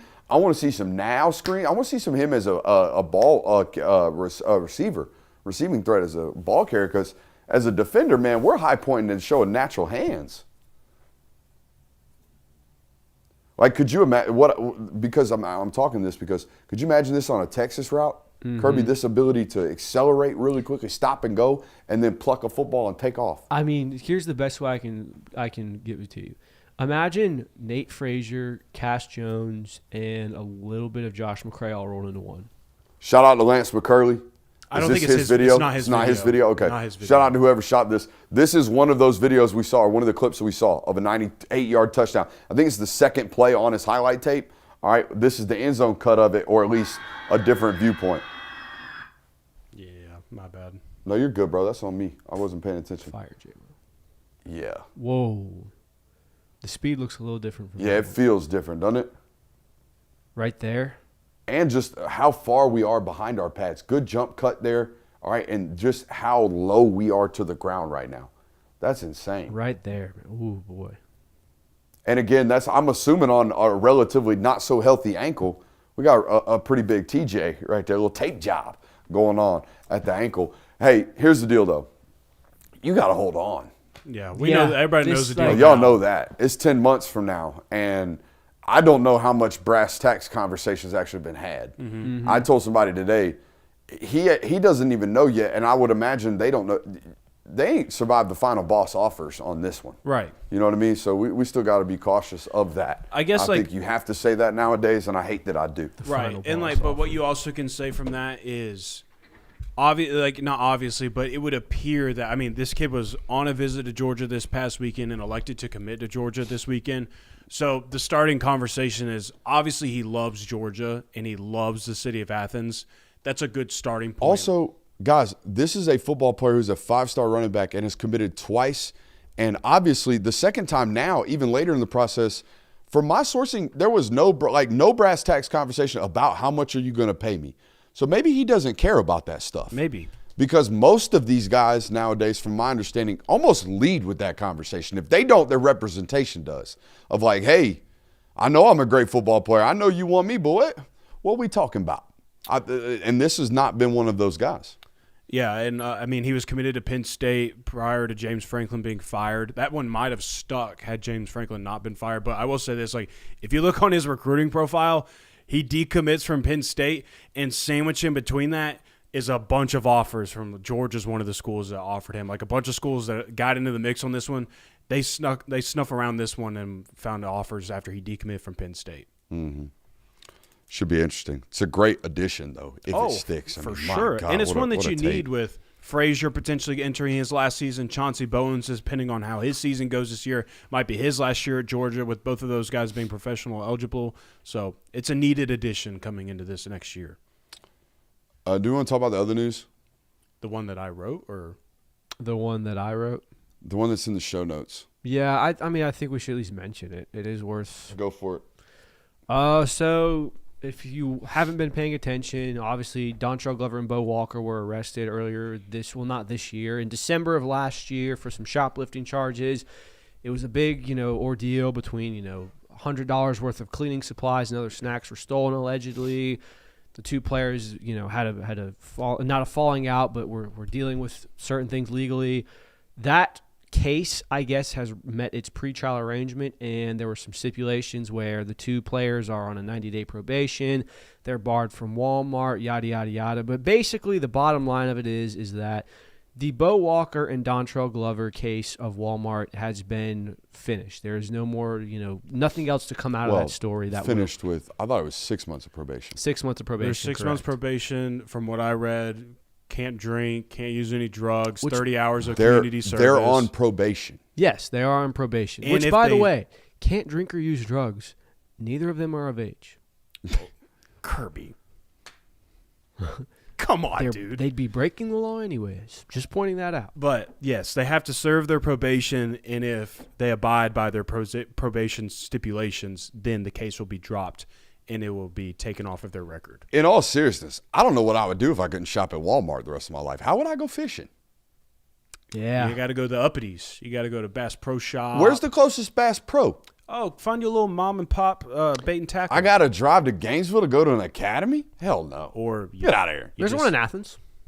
Again, There is an academy. the Walmart right there in Winder. Yeah, I don't know what I would do. I get it. No, you're right. Like Order Walmart is extremely clutch for things like that. Get but you a buddy to buy it for you. I don't know. Yeah, I'm out here trying to game the system at Walmart. That's crazy. Yeah, is Walmart online? Does that include that? You can't steal from Walmart online. Jeez. That was the whole reason they got arrested. The alleged shoplifting. You can't shoplift online. I think if you shoplift from Walmart or are accused of shoplifting from Walmart, you kind of have to wear the jokes the rest of your life on that one. I agree.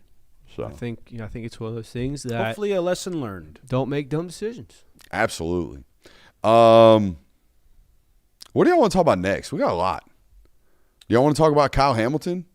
Yeah, do y'all want this to talk was about like corporate patches? We could Do y'all talk want to talk about Greg McElroy Says, which is first edition of Greg McElroy Says. This is offseason. the we got a lot of these. This has been a recurring. Woo, buddy, Brother, do we got Greg- a lot of Greg let me McElroy tell Says. you. Hey, can we start Brooks Austin Says? Anybody? I think that's what the 2 hours of this show are. No. I'm talking about the aggregates. I'm Oh. talking about the on threes of the world. want me to start When they writing? gonna respect this platform, which albeit YouTube-wise is larger than most, that get the so-and-so says? When does so-and-so get the says? I am so-and-so and I say it should happen. You want me to start riding Brooks Austin says? Oh, there it is. Bang.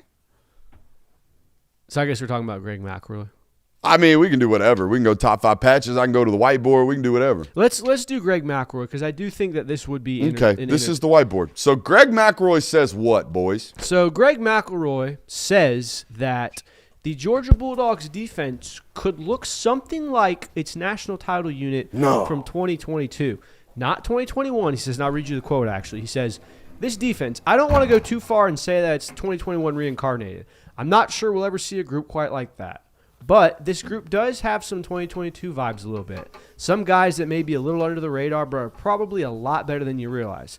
This group is long, they're deep, and they have elite interior game-wrecking presence that can make everything else work around you." So Greg McElroy says, essentially, that the Georgia Bulldogs 2026 defense could be the 2022 defense where it comes in kind of being slept on. All right, let's talk about it.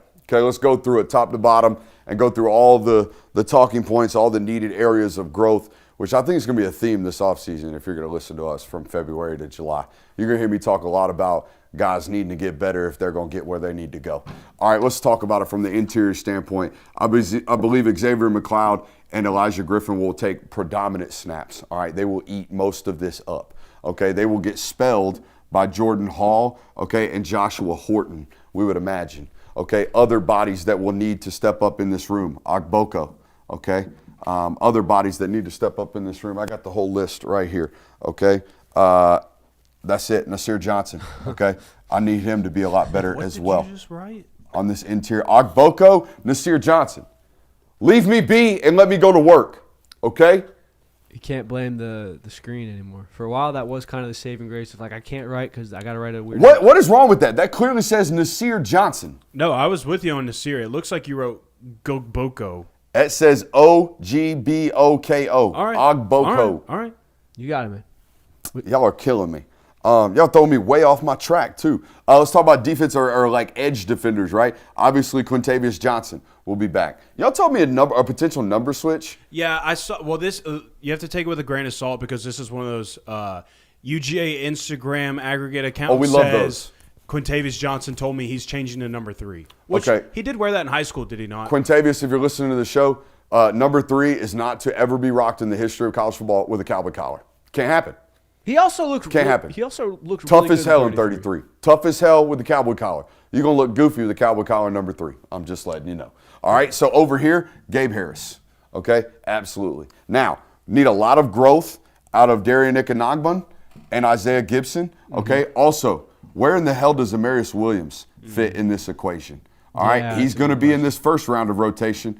Amarius Williams has to be in the line of discussion prior to these guys get in the mix, I would imagine. Do you guys agree there? I Based agree. off what we've seen, based off the history of that athlete, okay? I think Georgia needs a ton of growth from these two football players if they're going to be anywhere near the discussion of 2022, let alone 2021. I'll never put anybody in that 2021 No, group. no, Let's no. not even talk about that. That's insanity. Okay, now moving to the secondary level, or the second level, right? Raylan Wilson coming back in 2026, going to need a great season from him. I would imagine Chris Cole plays alongside him in that quote-unquote starting rotation. Zayden Walker going to be in the mix, as is Justin Williams. He wears 18, correct? Yes. 19. 19 maybe, actually. 19. Elo wore 18 this year. You guys are correct. All right, so Justin Williams going to play a lot of snaps right there. They normally play 4 tight, okay? Not really a fifth man in that rotation. This year, the fifth man ended up being Zayden Walker late in the year and didn't get a ton of burn. So we imagine we keep it with a core 4 there. Very specialized burn for Zayden Walker. Correct. A little bit Next of year- a little bit of Terrell Foster in there too. Last year, he's done, right? No, I think he He's has another coming year. back? I think he's Holy still there for hell. another year. All right, let's go corner next. Nice and easy. DeMello on one side, Ellis Robinson on the other. They have to get much, much better. Yes, Okay, they do. have to be absolute lockdown next year. To be honest with you, right now, I wouldn't even know who to pencil in QB or corner 3 No. because we lost our guy. Yeah. Dominic Kelly's gone. So it's a fight for cornerback 3, you would imagine, this offseason. Let's move on to the star position. You know Rayshon Dinkins is going to get the start. We'll come back to his backup here in just a second. We know KJ Bolden is going to be one of the safeties. The other safety will be a battle between Jamarlee Riddle, you would imagine, and Barnes, Khalil Barnes, the transfer from Clemson. The other name to mention here is Gentry Williams, okay? I think you try to play him at the nickel and just see where he fits in. I also think the loser of this battle probably kicks down in there and plays some of that, star position next year. But I said this about Adrian Maddox and Zion Branch and the whole lot of bodies that they threw at the safety position last year. All of them pretty much stayed at safety. None of them cross-trained. Okay, so it's hard to get one of these guys year 1 to play both. People are asking about Kyron Jones. Yeah, I don't know Kyron Jones' availability. Right. Do we? I have no Do we idea know- what the status is. we can put him over here. I don't know what the status of Kyron Jones is. It's a TBD. But yeah, if Kyron Jones is healthy, I would imagine Kyron Jones starts the year like this and has to get beat out. That's what it was a year ago. For sure. And by the way, while healthy, never a problem. Nope. In fact, I thought moments on tape, I was like, damn, dude's a stick at safety. So I'm good there. I think the major questions, okay, where does 96 play? J.J. Hane. Where do you get him in this mix, right? How about JJA? The fact that we went through this entire segment, and I don't know, but chat hasn't mentioned either of them. They asked about JJA. He was on my notes. We got to find ways to get them in these positions, right?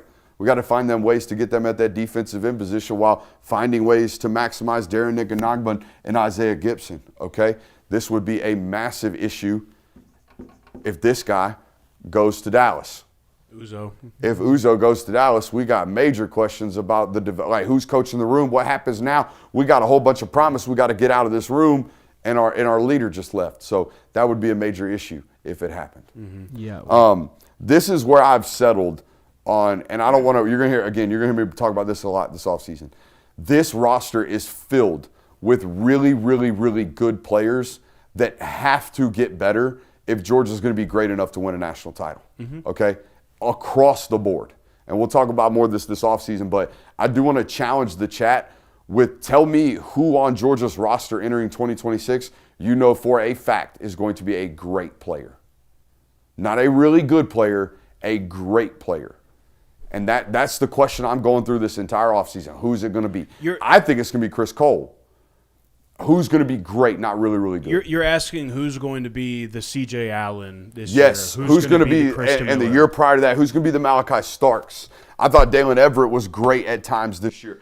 Who on this defense is going to be great? Who on this offense is going to be great? Who's going to be Zachariah Branch? Great. We need greatness to arrive this offseason from somewhere. So keeping the comparison alive. We forgot Chase Linton. From 2022, and it's been 5 years since we've been in this situation. But coming into that season, 2022, who did we know was going to be great on that defense? I feel like we knew Jalen Carter was going to be something special.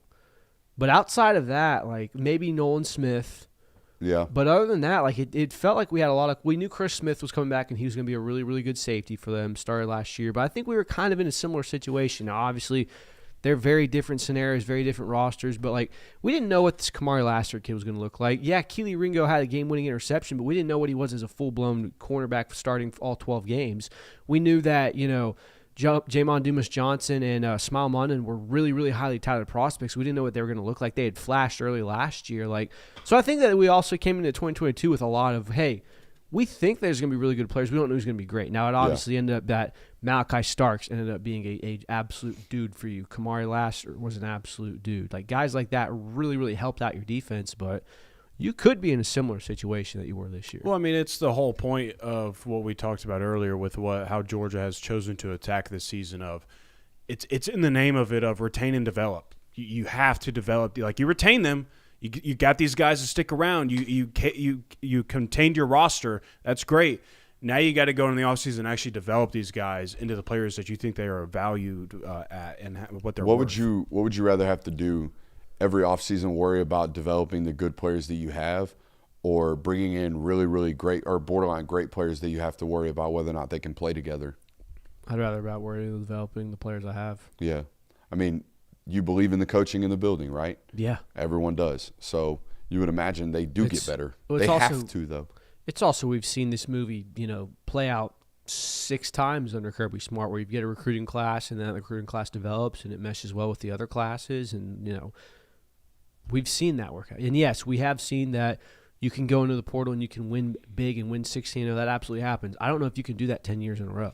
So what I was telling, and I haven't told you this, Kirby, but what I was telling Jonathan is I think what would be a good off-season segment moving forward is to take each one of these position groups that we know has to get better from in-house and has to develop and break down each individual player and talk about what they need to do to get better. I love this idea. And I think it's very unique to this platform because I don't know how many people watch it as deep as we do from a standpoint of this is this player's flaws, this is how we correct them. So, yeah, we're going to do that a lot this offseason. We're going to talk a lot about, yes, there needs to be growth, but how do you do that? How do you go about getting better? We'll talk about it and address it this offseason moving forward. Speaking of this offseason, it's been announced that, everybody can now put patches on their jerseys as a means to drum up income, which we know right now is a thing that Georgia's doing. Georgia is out here working for revenue streams. They are out here trying to create new revenue streams and trying to fund this roster nowadays. Glory being first one of those additions, right? A brand new collective getting debuted this week. I think on the Wednesday. 4th, right? Wednesday, yeah. In 2 days, we're going to find out about a brand new collective with brand new content and brand new ways of them trying to drum up money for the football program, which is much needed. So if they're doing that, I would imagine you finna see a patch on that beloved red and black jersey that you love so much. So what is it going to be, boys? We got top 5 corporate entities you would like to see associated with that red and black jersey. What you got for me? So I did my top 5 based on how they would actually look on the jersey because as great as money is for the program, me personally, I don't want to see the beautiful red and black jerseys ruined because we slap some corporate sponsor on there. Dicks? It doesn't really mesh. Well, that's a I don't want to fantastic slap answer, that by on the any way. jersey. It's on my list. We slapping dicks on that Georgia jersey. Whoa. Sporting goods. There it is. The sporting goods. Oh. All right. Where did you guys think I was going? All right. So my top 5. Now, as much as I just said, I want this to be aesthetically pleasing on the jersey. My 5th one is Waffle House. I know it's yellow, whatever, but come on. I mean, you want to talk about the roots of the state of Georgia, the South. How cool would it be to have a Waffle House logo on the jersey? So that's number 5. But number 4, Zaxby's, a Georgia business from UJ grads, I believe. Isn't that true? I think it started in Athens. I believe it started in Athens. So that's always a good one. Has already been bought out by private equity and have been washed. I mean, have you had Zach sauce lately? Yeah, don't hit. They ain't out here dying with the dogs no more. The guy who used to love the dogs ain't there no more. Canes is also like the big, like, ooh, Yeah. it's in Athens now. Big rays of Canes. Number 3, Coca-Cola, a massive business in the state of Georgia. That also would mesh really well with the jerseys. Look pretty clean if you ask me. Delta, they already get some love in the stadium. They got a big old sponsorship on the field on both sides. So you already see Delta enough. Why not just go ahead and slap another logo on the jerseys? And then number 1, Chick-fil-A. Another Georgia business would look good. They already rock with the red. So why not, some white script here on the chest. I love that you're supporting small businesses with your with your patch. I can't even finish the joke, but no, those are very good ones. I see what you're doing. Of just like the small businesses, yeah. Just the joke that. What you got? You want mine? All right, number 1, and this is because they are a corporate sponsor already, and I think that this patch, the shape of it would fit very well on the jersey. Color scheme doesn't necessarily go well, but the BMW logo on the Georgia Bulldogs jersey, I think, would look rather nice. Number 2. Subtle, too. Yeah, subtle enough, you just oh, BMW. The checkered Waffle House logo would be distracting. The Waffle House logo is big, too. You can't, fit in a small set. I love the idea. You don't like the WH script they have on the visors? Now we're really talking ball. Ooh. Yeah. You know what I'm talking about? Yeah, the WH exactly. script That would on be the a visor? better way. I would sure. say if they did that, they'd probably go. What's your all-star go-to, by the way? I don't get an all-star. You're not an all-star guy? You don't get an all-star? You don't immediately have your waffle, egg scrambled with cheese, sausage, hash browns? No, You don't immediately know your all-star order? I get a hash brown Are bowl. you even from Georgia? Yeah, I get a hash brown bowl with bacon, egg, cheese, and then I get a peanut butter chip waffle. What's your all-star go-to? I go plain waffle. I just do the butter and syrup. Yeah. Sometimes I do grits if I'm feeling some grits, but usually I get some hash browns with cheese on top of it, and then I do bacon and That's hash browns covered. yeah. Come on, talk ball. You want to know a Waffle House hack? Sure. Get you some sausage with the All-Star special. Put it on your waffle with the syrup. Salty and I'll sweet. pass on that one. I'm talking Thank you, ball though. now. You don't good. know. You don't know. Peanut butter chips are the real talk. Are you still on your 5? Yes. Okay, what you got? I actually have only gotten past 1. My bad. Number 2, and this is by far my favorite logo that I think would fit perfectly with Athens, Georgia. RIP to this restaurant, the Varsity. The Varsity logo on Georgia football jerseys would be pristine. I was talking to an outer-stater about this the other day. And they were like, is Varsity still a thing? I'm like, nope. Also, from a logistics standpoint, horrible location there in Atlanta. The idea that it ever worked was crazy. It was just off of lore. Yeah. You can't turn left in that place. Nope. You have to go all the way up, turn back around, and come up and turn into the parking deck. Sketchy. And Sketchy here's from my thing. 20 years ago, sketchy. A classic example of the city got too big. Yeah. And the location in Athens was justifiable where if I go to Athens for a sporting event, I can justify going to the Varsity prior to that because it's close in proximity to everything involved with the city. Whereas Atlanta, if I go to a Braves game, I'm not hitting the Varsity, obviously. If I go to a Hawks game or a Falcons game, I'm not going to the Varsity. Give me a 2 chili cheese dogs, fry, and one of them, orange dreams or what they call FO? A frozen orange. Yes, sir. An FO. Yes, sir. That slaps. What's else? What else you got for me? You're about to go to your list again. I was. Chat keeps burning mine up. Chat's hitting on most of my jokes. Don't look at it then. All right, you're right. Number 3, another perfect example, script Old Spice logo on the Georgia that would jersey. look clean. That would look clean. Shout out Old Spice. You could get some players doing the commercials. Everyone knows they have fun commercials. By the way, Jonathan, this is how you do aesthetically pleasing. What was wrong with my list? Waffle House would never be aesthetically pleasing. To Okay, University. I'll I let think- you get through the rest of his list, and you talk to me about aesthetically pleasing. Oh, Number 4, imagine Georgia Bulldogs player catches touchdown, looks to the camera, and on his right shoulder is a patch. It's the Colonel. Give me KFC for the Georgia Bulldogs sponsor patch. Okay. You know what? I'm buying it. I'm I'm in buying on that it. one. Like the head, or just KFC? Just the Colonel's face. Just the Colonel's face. We know who that is. Yeah, we know it is. We know, Well, yeah, you know who it is. I was just asking. beating Kentucky and then having the Colonel on your jersey. Come on, dude. That's ball.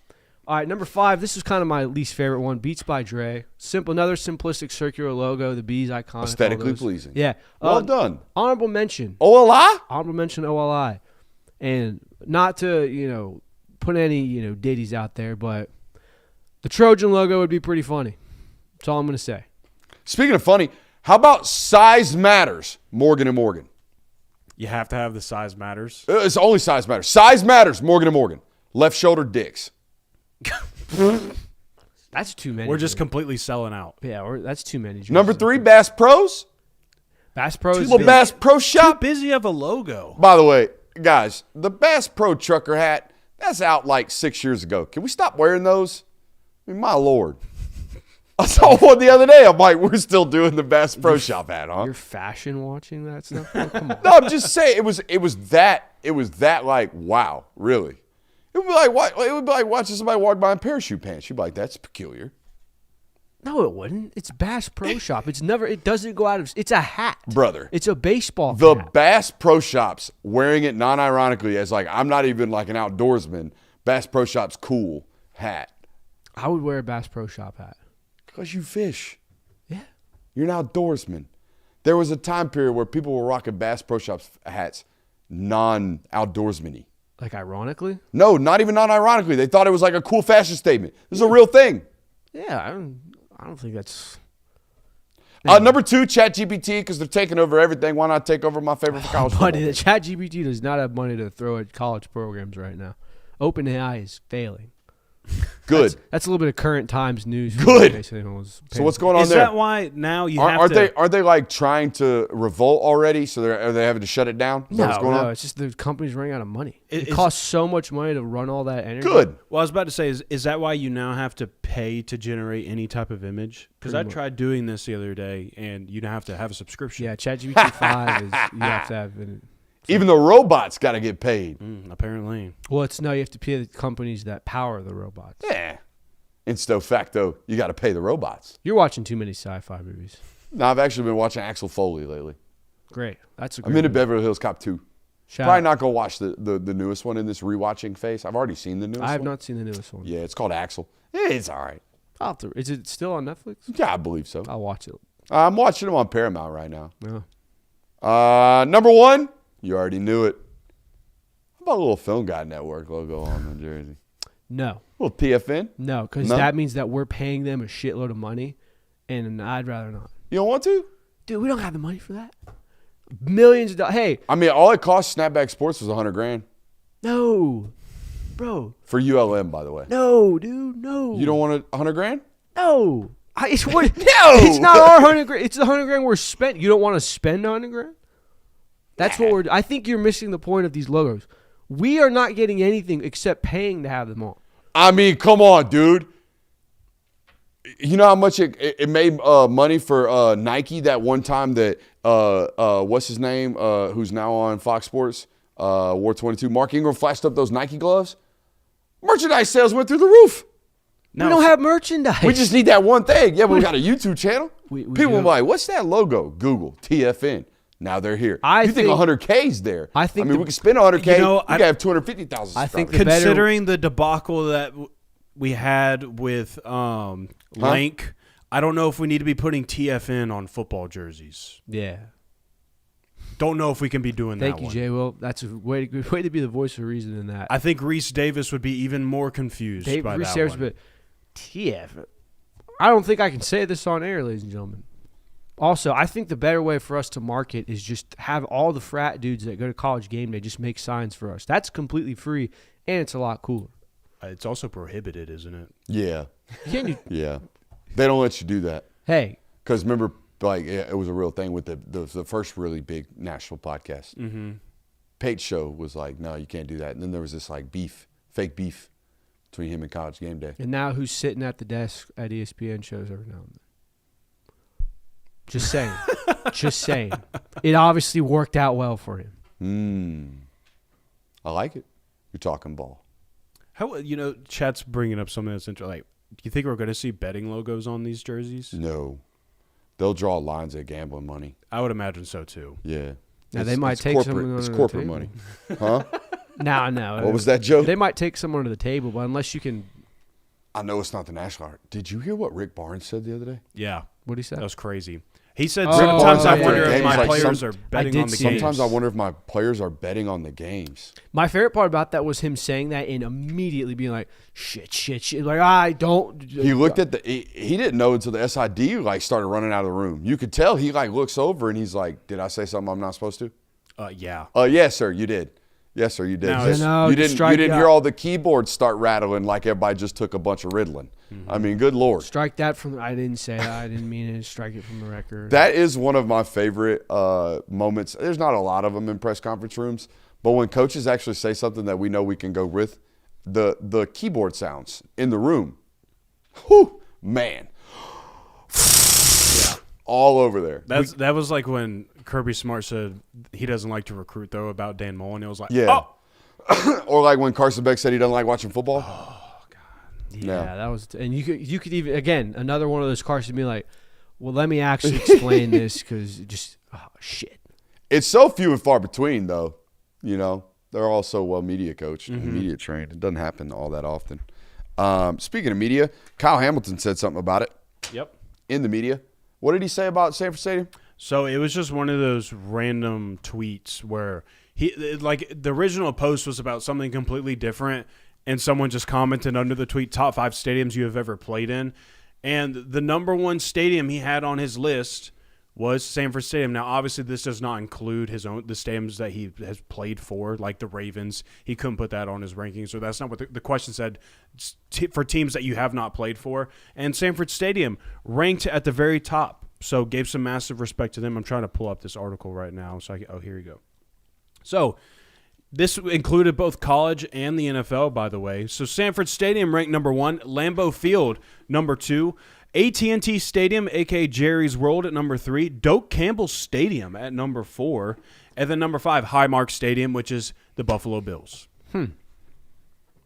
I mean, this hammers home the theory that most college stadiums, or a lot of college stadiums, do get louder than NFL stadiums, but they're bigger, so it makes sense. But It also and hammers- you have to remember, the game that Kyle Hamilton played at Sanford Stadium was obviously the 2019 Notre Dame game. Kyle Hamilton was a true freshman. It's like, this is him being indoctrinated basically into college football. It was that early in the season. So this is his first big road trip of his career. And it's also the first night game that Georgia revealed the red LED lights lighting up Sanford in the fourth quarter. It's also a Marist high school graduate from the state of Georgia. Yeah, from the state of Georgia. Coming back to Georgia and playing, like you said, his first real road college football game in a massive environment. He played extremely well in that football game, too.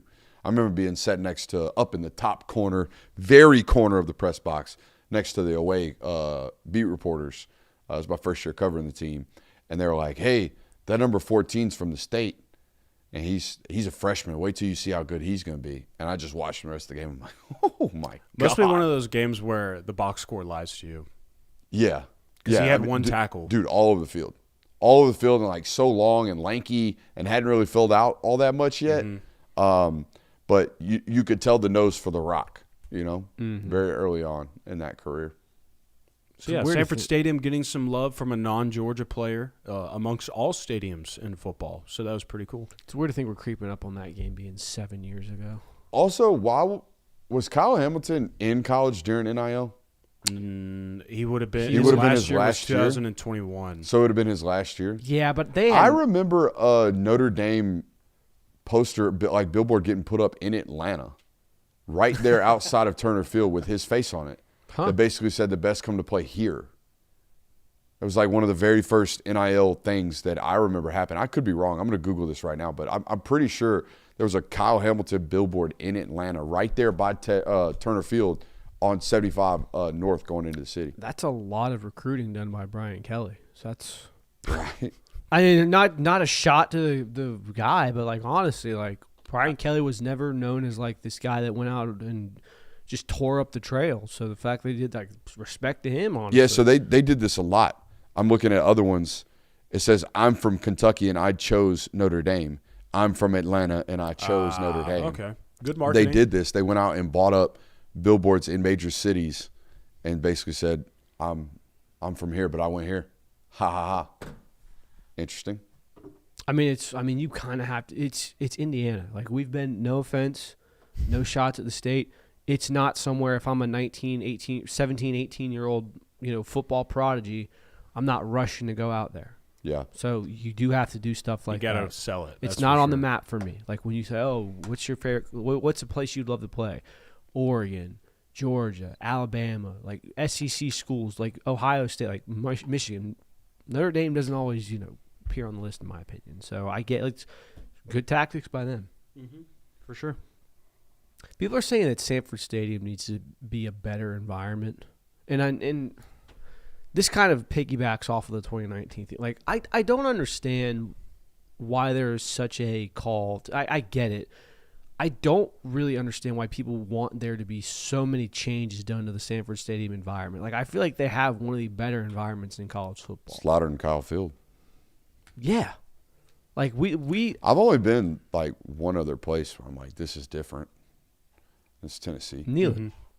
But we'll find out. We're going to go to Baton Rouge this year. I don't know when, but we're going. And we'll find out. Find out what that sounds like. Can I make a selfish request Sure. for this? And I talked to Kirby about this. I think this was after you had stepped out of the room. If we go to Baton Rouge, I want to be on the field. I don't want to. I don't want to. Okay, celeb. No. I'm saying this because Hey, coach. I know you're hooking me up with 3 passes. Can they all be field passes? I say this because, like, I don't want to go experience Baton Rouge In an enclosed LSU box. night game in a press box. I don't want to do that. I want to be on the field experiencing this closed? environment. I have no idea. I would imagine. And if it is. isn't, then I'm fine with being in the press box. But I want to feel this. Well, I mean, we could find out very easily. But no, you are absolutely right. Like for as much as we've talked about how much we need to like how much are you making the phone call now? I'm making a phone call. Who would know? This person will know if they answer whether or not the press box is open or closed. Okay. Let's see if Yeah, they're this fast. is just one of those things that, like, I really want to be No at the doubt. epicenter of this. Let's see if they're faster than Google. And it's why I said this is a very selfish request. Like, I know I'm asking for a lot. Yeah, it's a bit much. I said it was. No answer. No answer. Okay, let me call my secondary source on this. But no, I think you're absolutely right, Jay. It would be an incredible thing to see and feel in person. So This guy's talking about putting our logo on uniforms, and I asked to get a field pass, and it's, well, geez, I don't know if he fully I think that he forgot the part where to get the logo on uniforms, you pay them millions of dollars. You think it's gonna be millions? I think Delta's going to stroke a 7-figure check to get their logo on that jersey. Yeah. Well, yeah. One singular logo probably costs $1 million. Yeah. I'll say that, like, I'll happily It go. costs Pitbull $3.5 million to get his name on a stadium. Yeah, but that's also FIU. It's a little more permanent, too. That's also FIU, and that's Darling. it's not like that stadium could. It's not like that team could be like, no, we don't need your 3. I will go no matter what. Mr. Worldwide, Mr. 305. I just wanted to throw that out there of, like, if there's a chance in hell that could happen, it would make me so happy. I'd probably spend the night there, honestly. In the stadium? No, in Baton Rouge. I need to fully experience Baton Rouge. Well, I would. Oh, you're. I guess Y'all we want to are- go like Friday to Sunday morning? I guess we are infamously known for trekking back after the game. But I don't know. That's a 7.5 hour poke. That ain't nothing. Well, it is if the game is at 7:30. Yeah. Didn't we already circle one? Yeah, the week 1 matchup. We don't know what time, but we think that's going to be It's Clemson versus LSU. Gonna be I'd a night imagine it's game. going to be a night game. Dude, they get Army at night. Yeah, they They're get definitely getting freaking Clemson every at game night. at night. It's If that true. one's a noon kickoff, what are we doing? But also, like, I would definitely like drive in and just crash, stay there till Sunday, go home. Guess I got to change this contact name. He is no longer at that university. Who? Who is it? Our contact for LSU sideline passes, according to Superstar J. I asked. I said he was No, selfish. Jay, well, Is it not valid to at it's least completely ask? valid. You're not being unreasonable. I fully understand. Don't Look, I let- know you get to sit all pretty on the field now. Oh, all I right? sit pretty, huh? Don't let While him- I'm out there, I'm sitting pretty, Jonathan. That's what I'm you doing. know, you just stay in the corner with your arms crossed. Smiling and waving, huh? Don't Yeah. let him make That's you what I'm feel- doing. You're like the penguins of Madagascar. Yep, taking pictures of kissing babies. That's what's going on? Yeah, man. Okay. All right, just hanging out. Don't let him make you feel bad, Jay. Well, I support your sentiment. It would be great to Hey, get shoot or field pass shoot. for that. Just me and Ibrooks over there in the corner. Is that Honestly- what's going on? Honestly, if Jay Will wants to get the sideline pass, maybe if we get 2 and we'll alternate. Oh, halftime? Yeah, we'll go. Oh, so y'all want the field passes and I'll take the box? Is that what we're saying? No. I'm saying like if we only got two field you passes. go too far. We understand the totem pole here, all right? So we're not trying to be ridiculous. We got them on the hook. We Got them on the hook right now. We're gonna see if it happens. We are at almost 100,000 subscribers. I thought maybe potentially. Hey, booming and bumping Yeah. Who knows what we'll be by the time that game rolls around? to the moon, Jonathan. I'm thinking the same thing. I'll be on cloud 9 if we're sideline Clemson LSU week 1. That'll be a hot start to 2026. That'd be pretty cool. Woo! Oh, the things. Or San Jose State at home. Whatever it is. Who is it? It's TSU. Tennessee Which State. honestly, hell of a football game. TSU pulling up you to know, Athens would be a lot of fun. There is, as great as it would be to start the college football season at a night game in Baton Rouge, starting the season off in San Francisco for that first game of the year, that always is a nice, warm feeling. Oh yeah, I won't do this on air. I'll tell y'all afterwards, but I'm not happy with someone. Oh, so yeah. Not only is it done, we have a place to stay. Look. See what happens when you ask? See what happens when you shoot a shot? Oh, no, I don't know about the field passes, Jonathan. never mind. And I'm guaranteeing this contact thinks I'm a one-of-one traveler. He fit to find out it's 3 deep. Well, I could make other arrangements. I do have friends that go to LSU. And, Of course. I sure as heck do not. It's all right. You can tag along. I'll sleep in the truck. it's a family friend, dude. Jeez. Can I bring the boys? And can they get field passes? And Jonathan says he wants field passes. Look, hey, I'll give you all the PR love in the world if it hits the way I think it will. No. We can't say that. No, I said if it hits the way I think it will. If it doesn't, I'll be honest. The same way that I was very honest about Texas A&M. I was very honest about that experience. I'd be very honest about my experience at LSU. I had a great experience at Texas A&M. It was just the crowd noise was underwhelming. Yeah. I'd be honest. Midnight Yell was cool. Wouldn't do it, but it's very cool that you can have that many people be that passionately involved in something like that. Like Georgia couldn't pull that off. If you had a midnight bark at Georgia, it'd be like, I'm going downtown. I'm not doing this shit. We're going downtown. What do you mean? So no, I absolutely get it. Shout out to Texas A&M.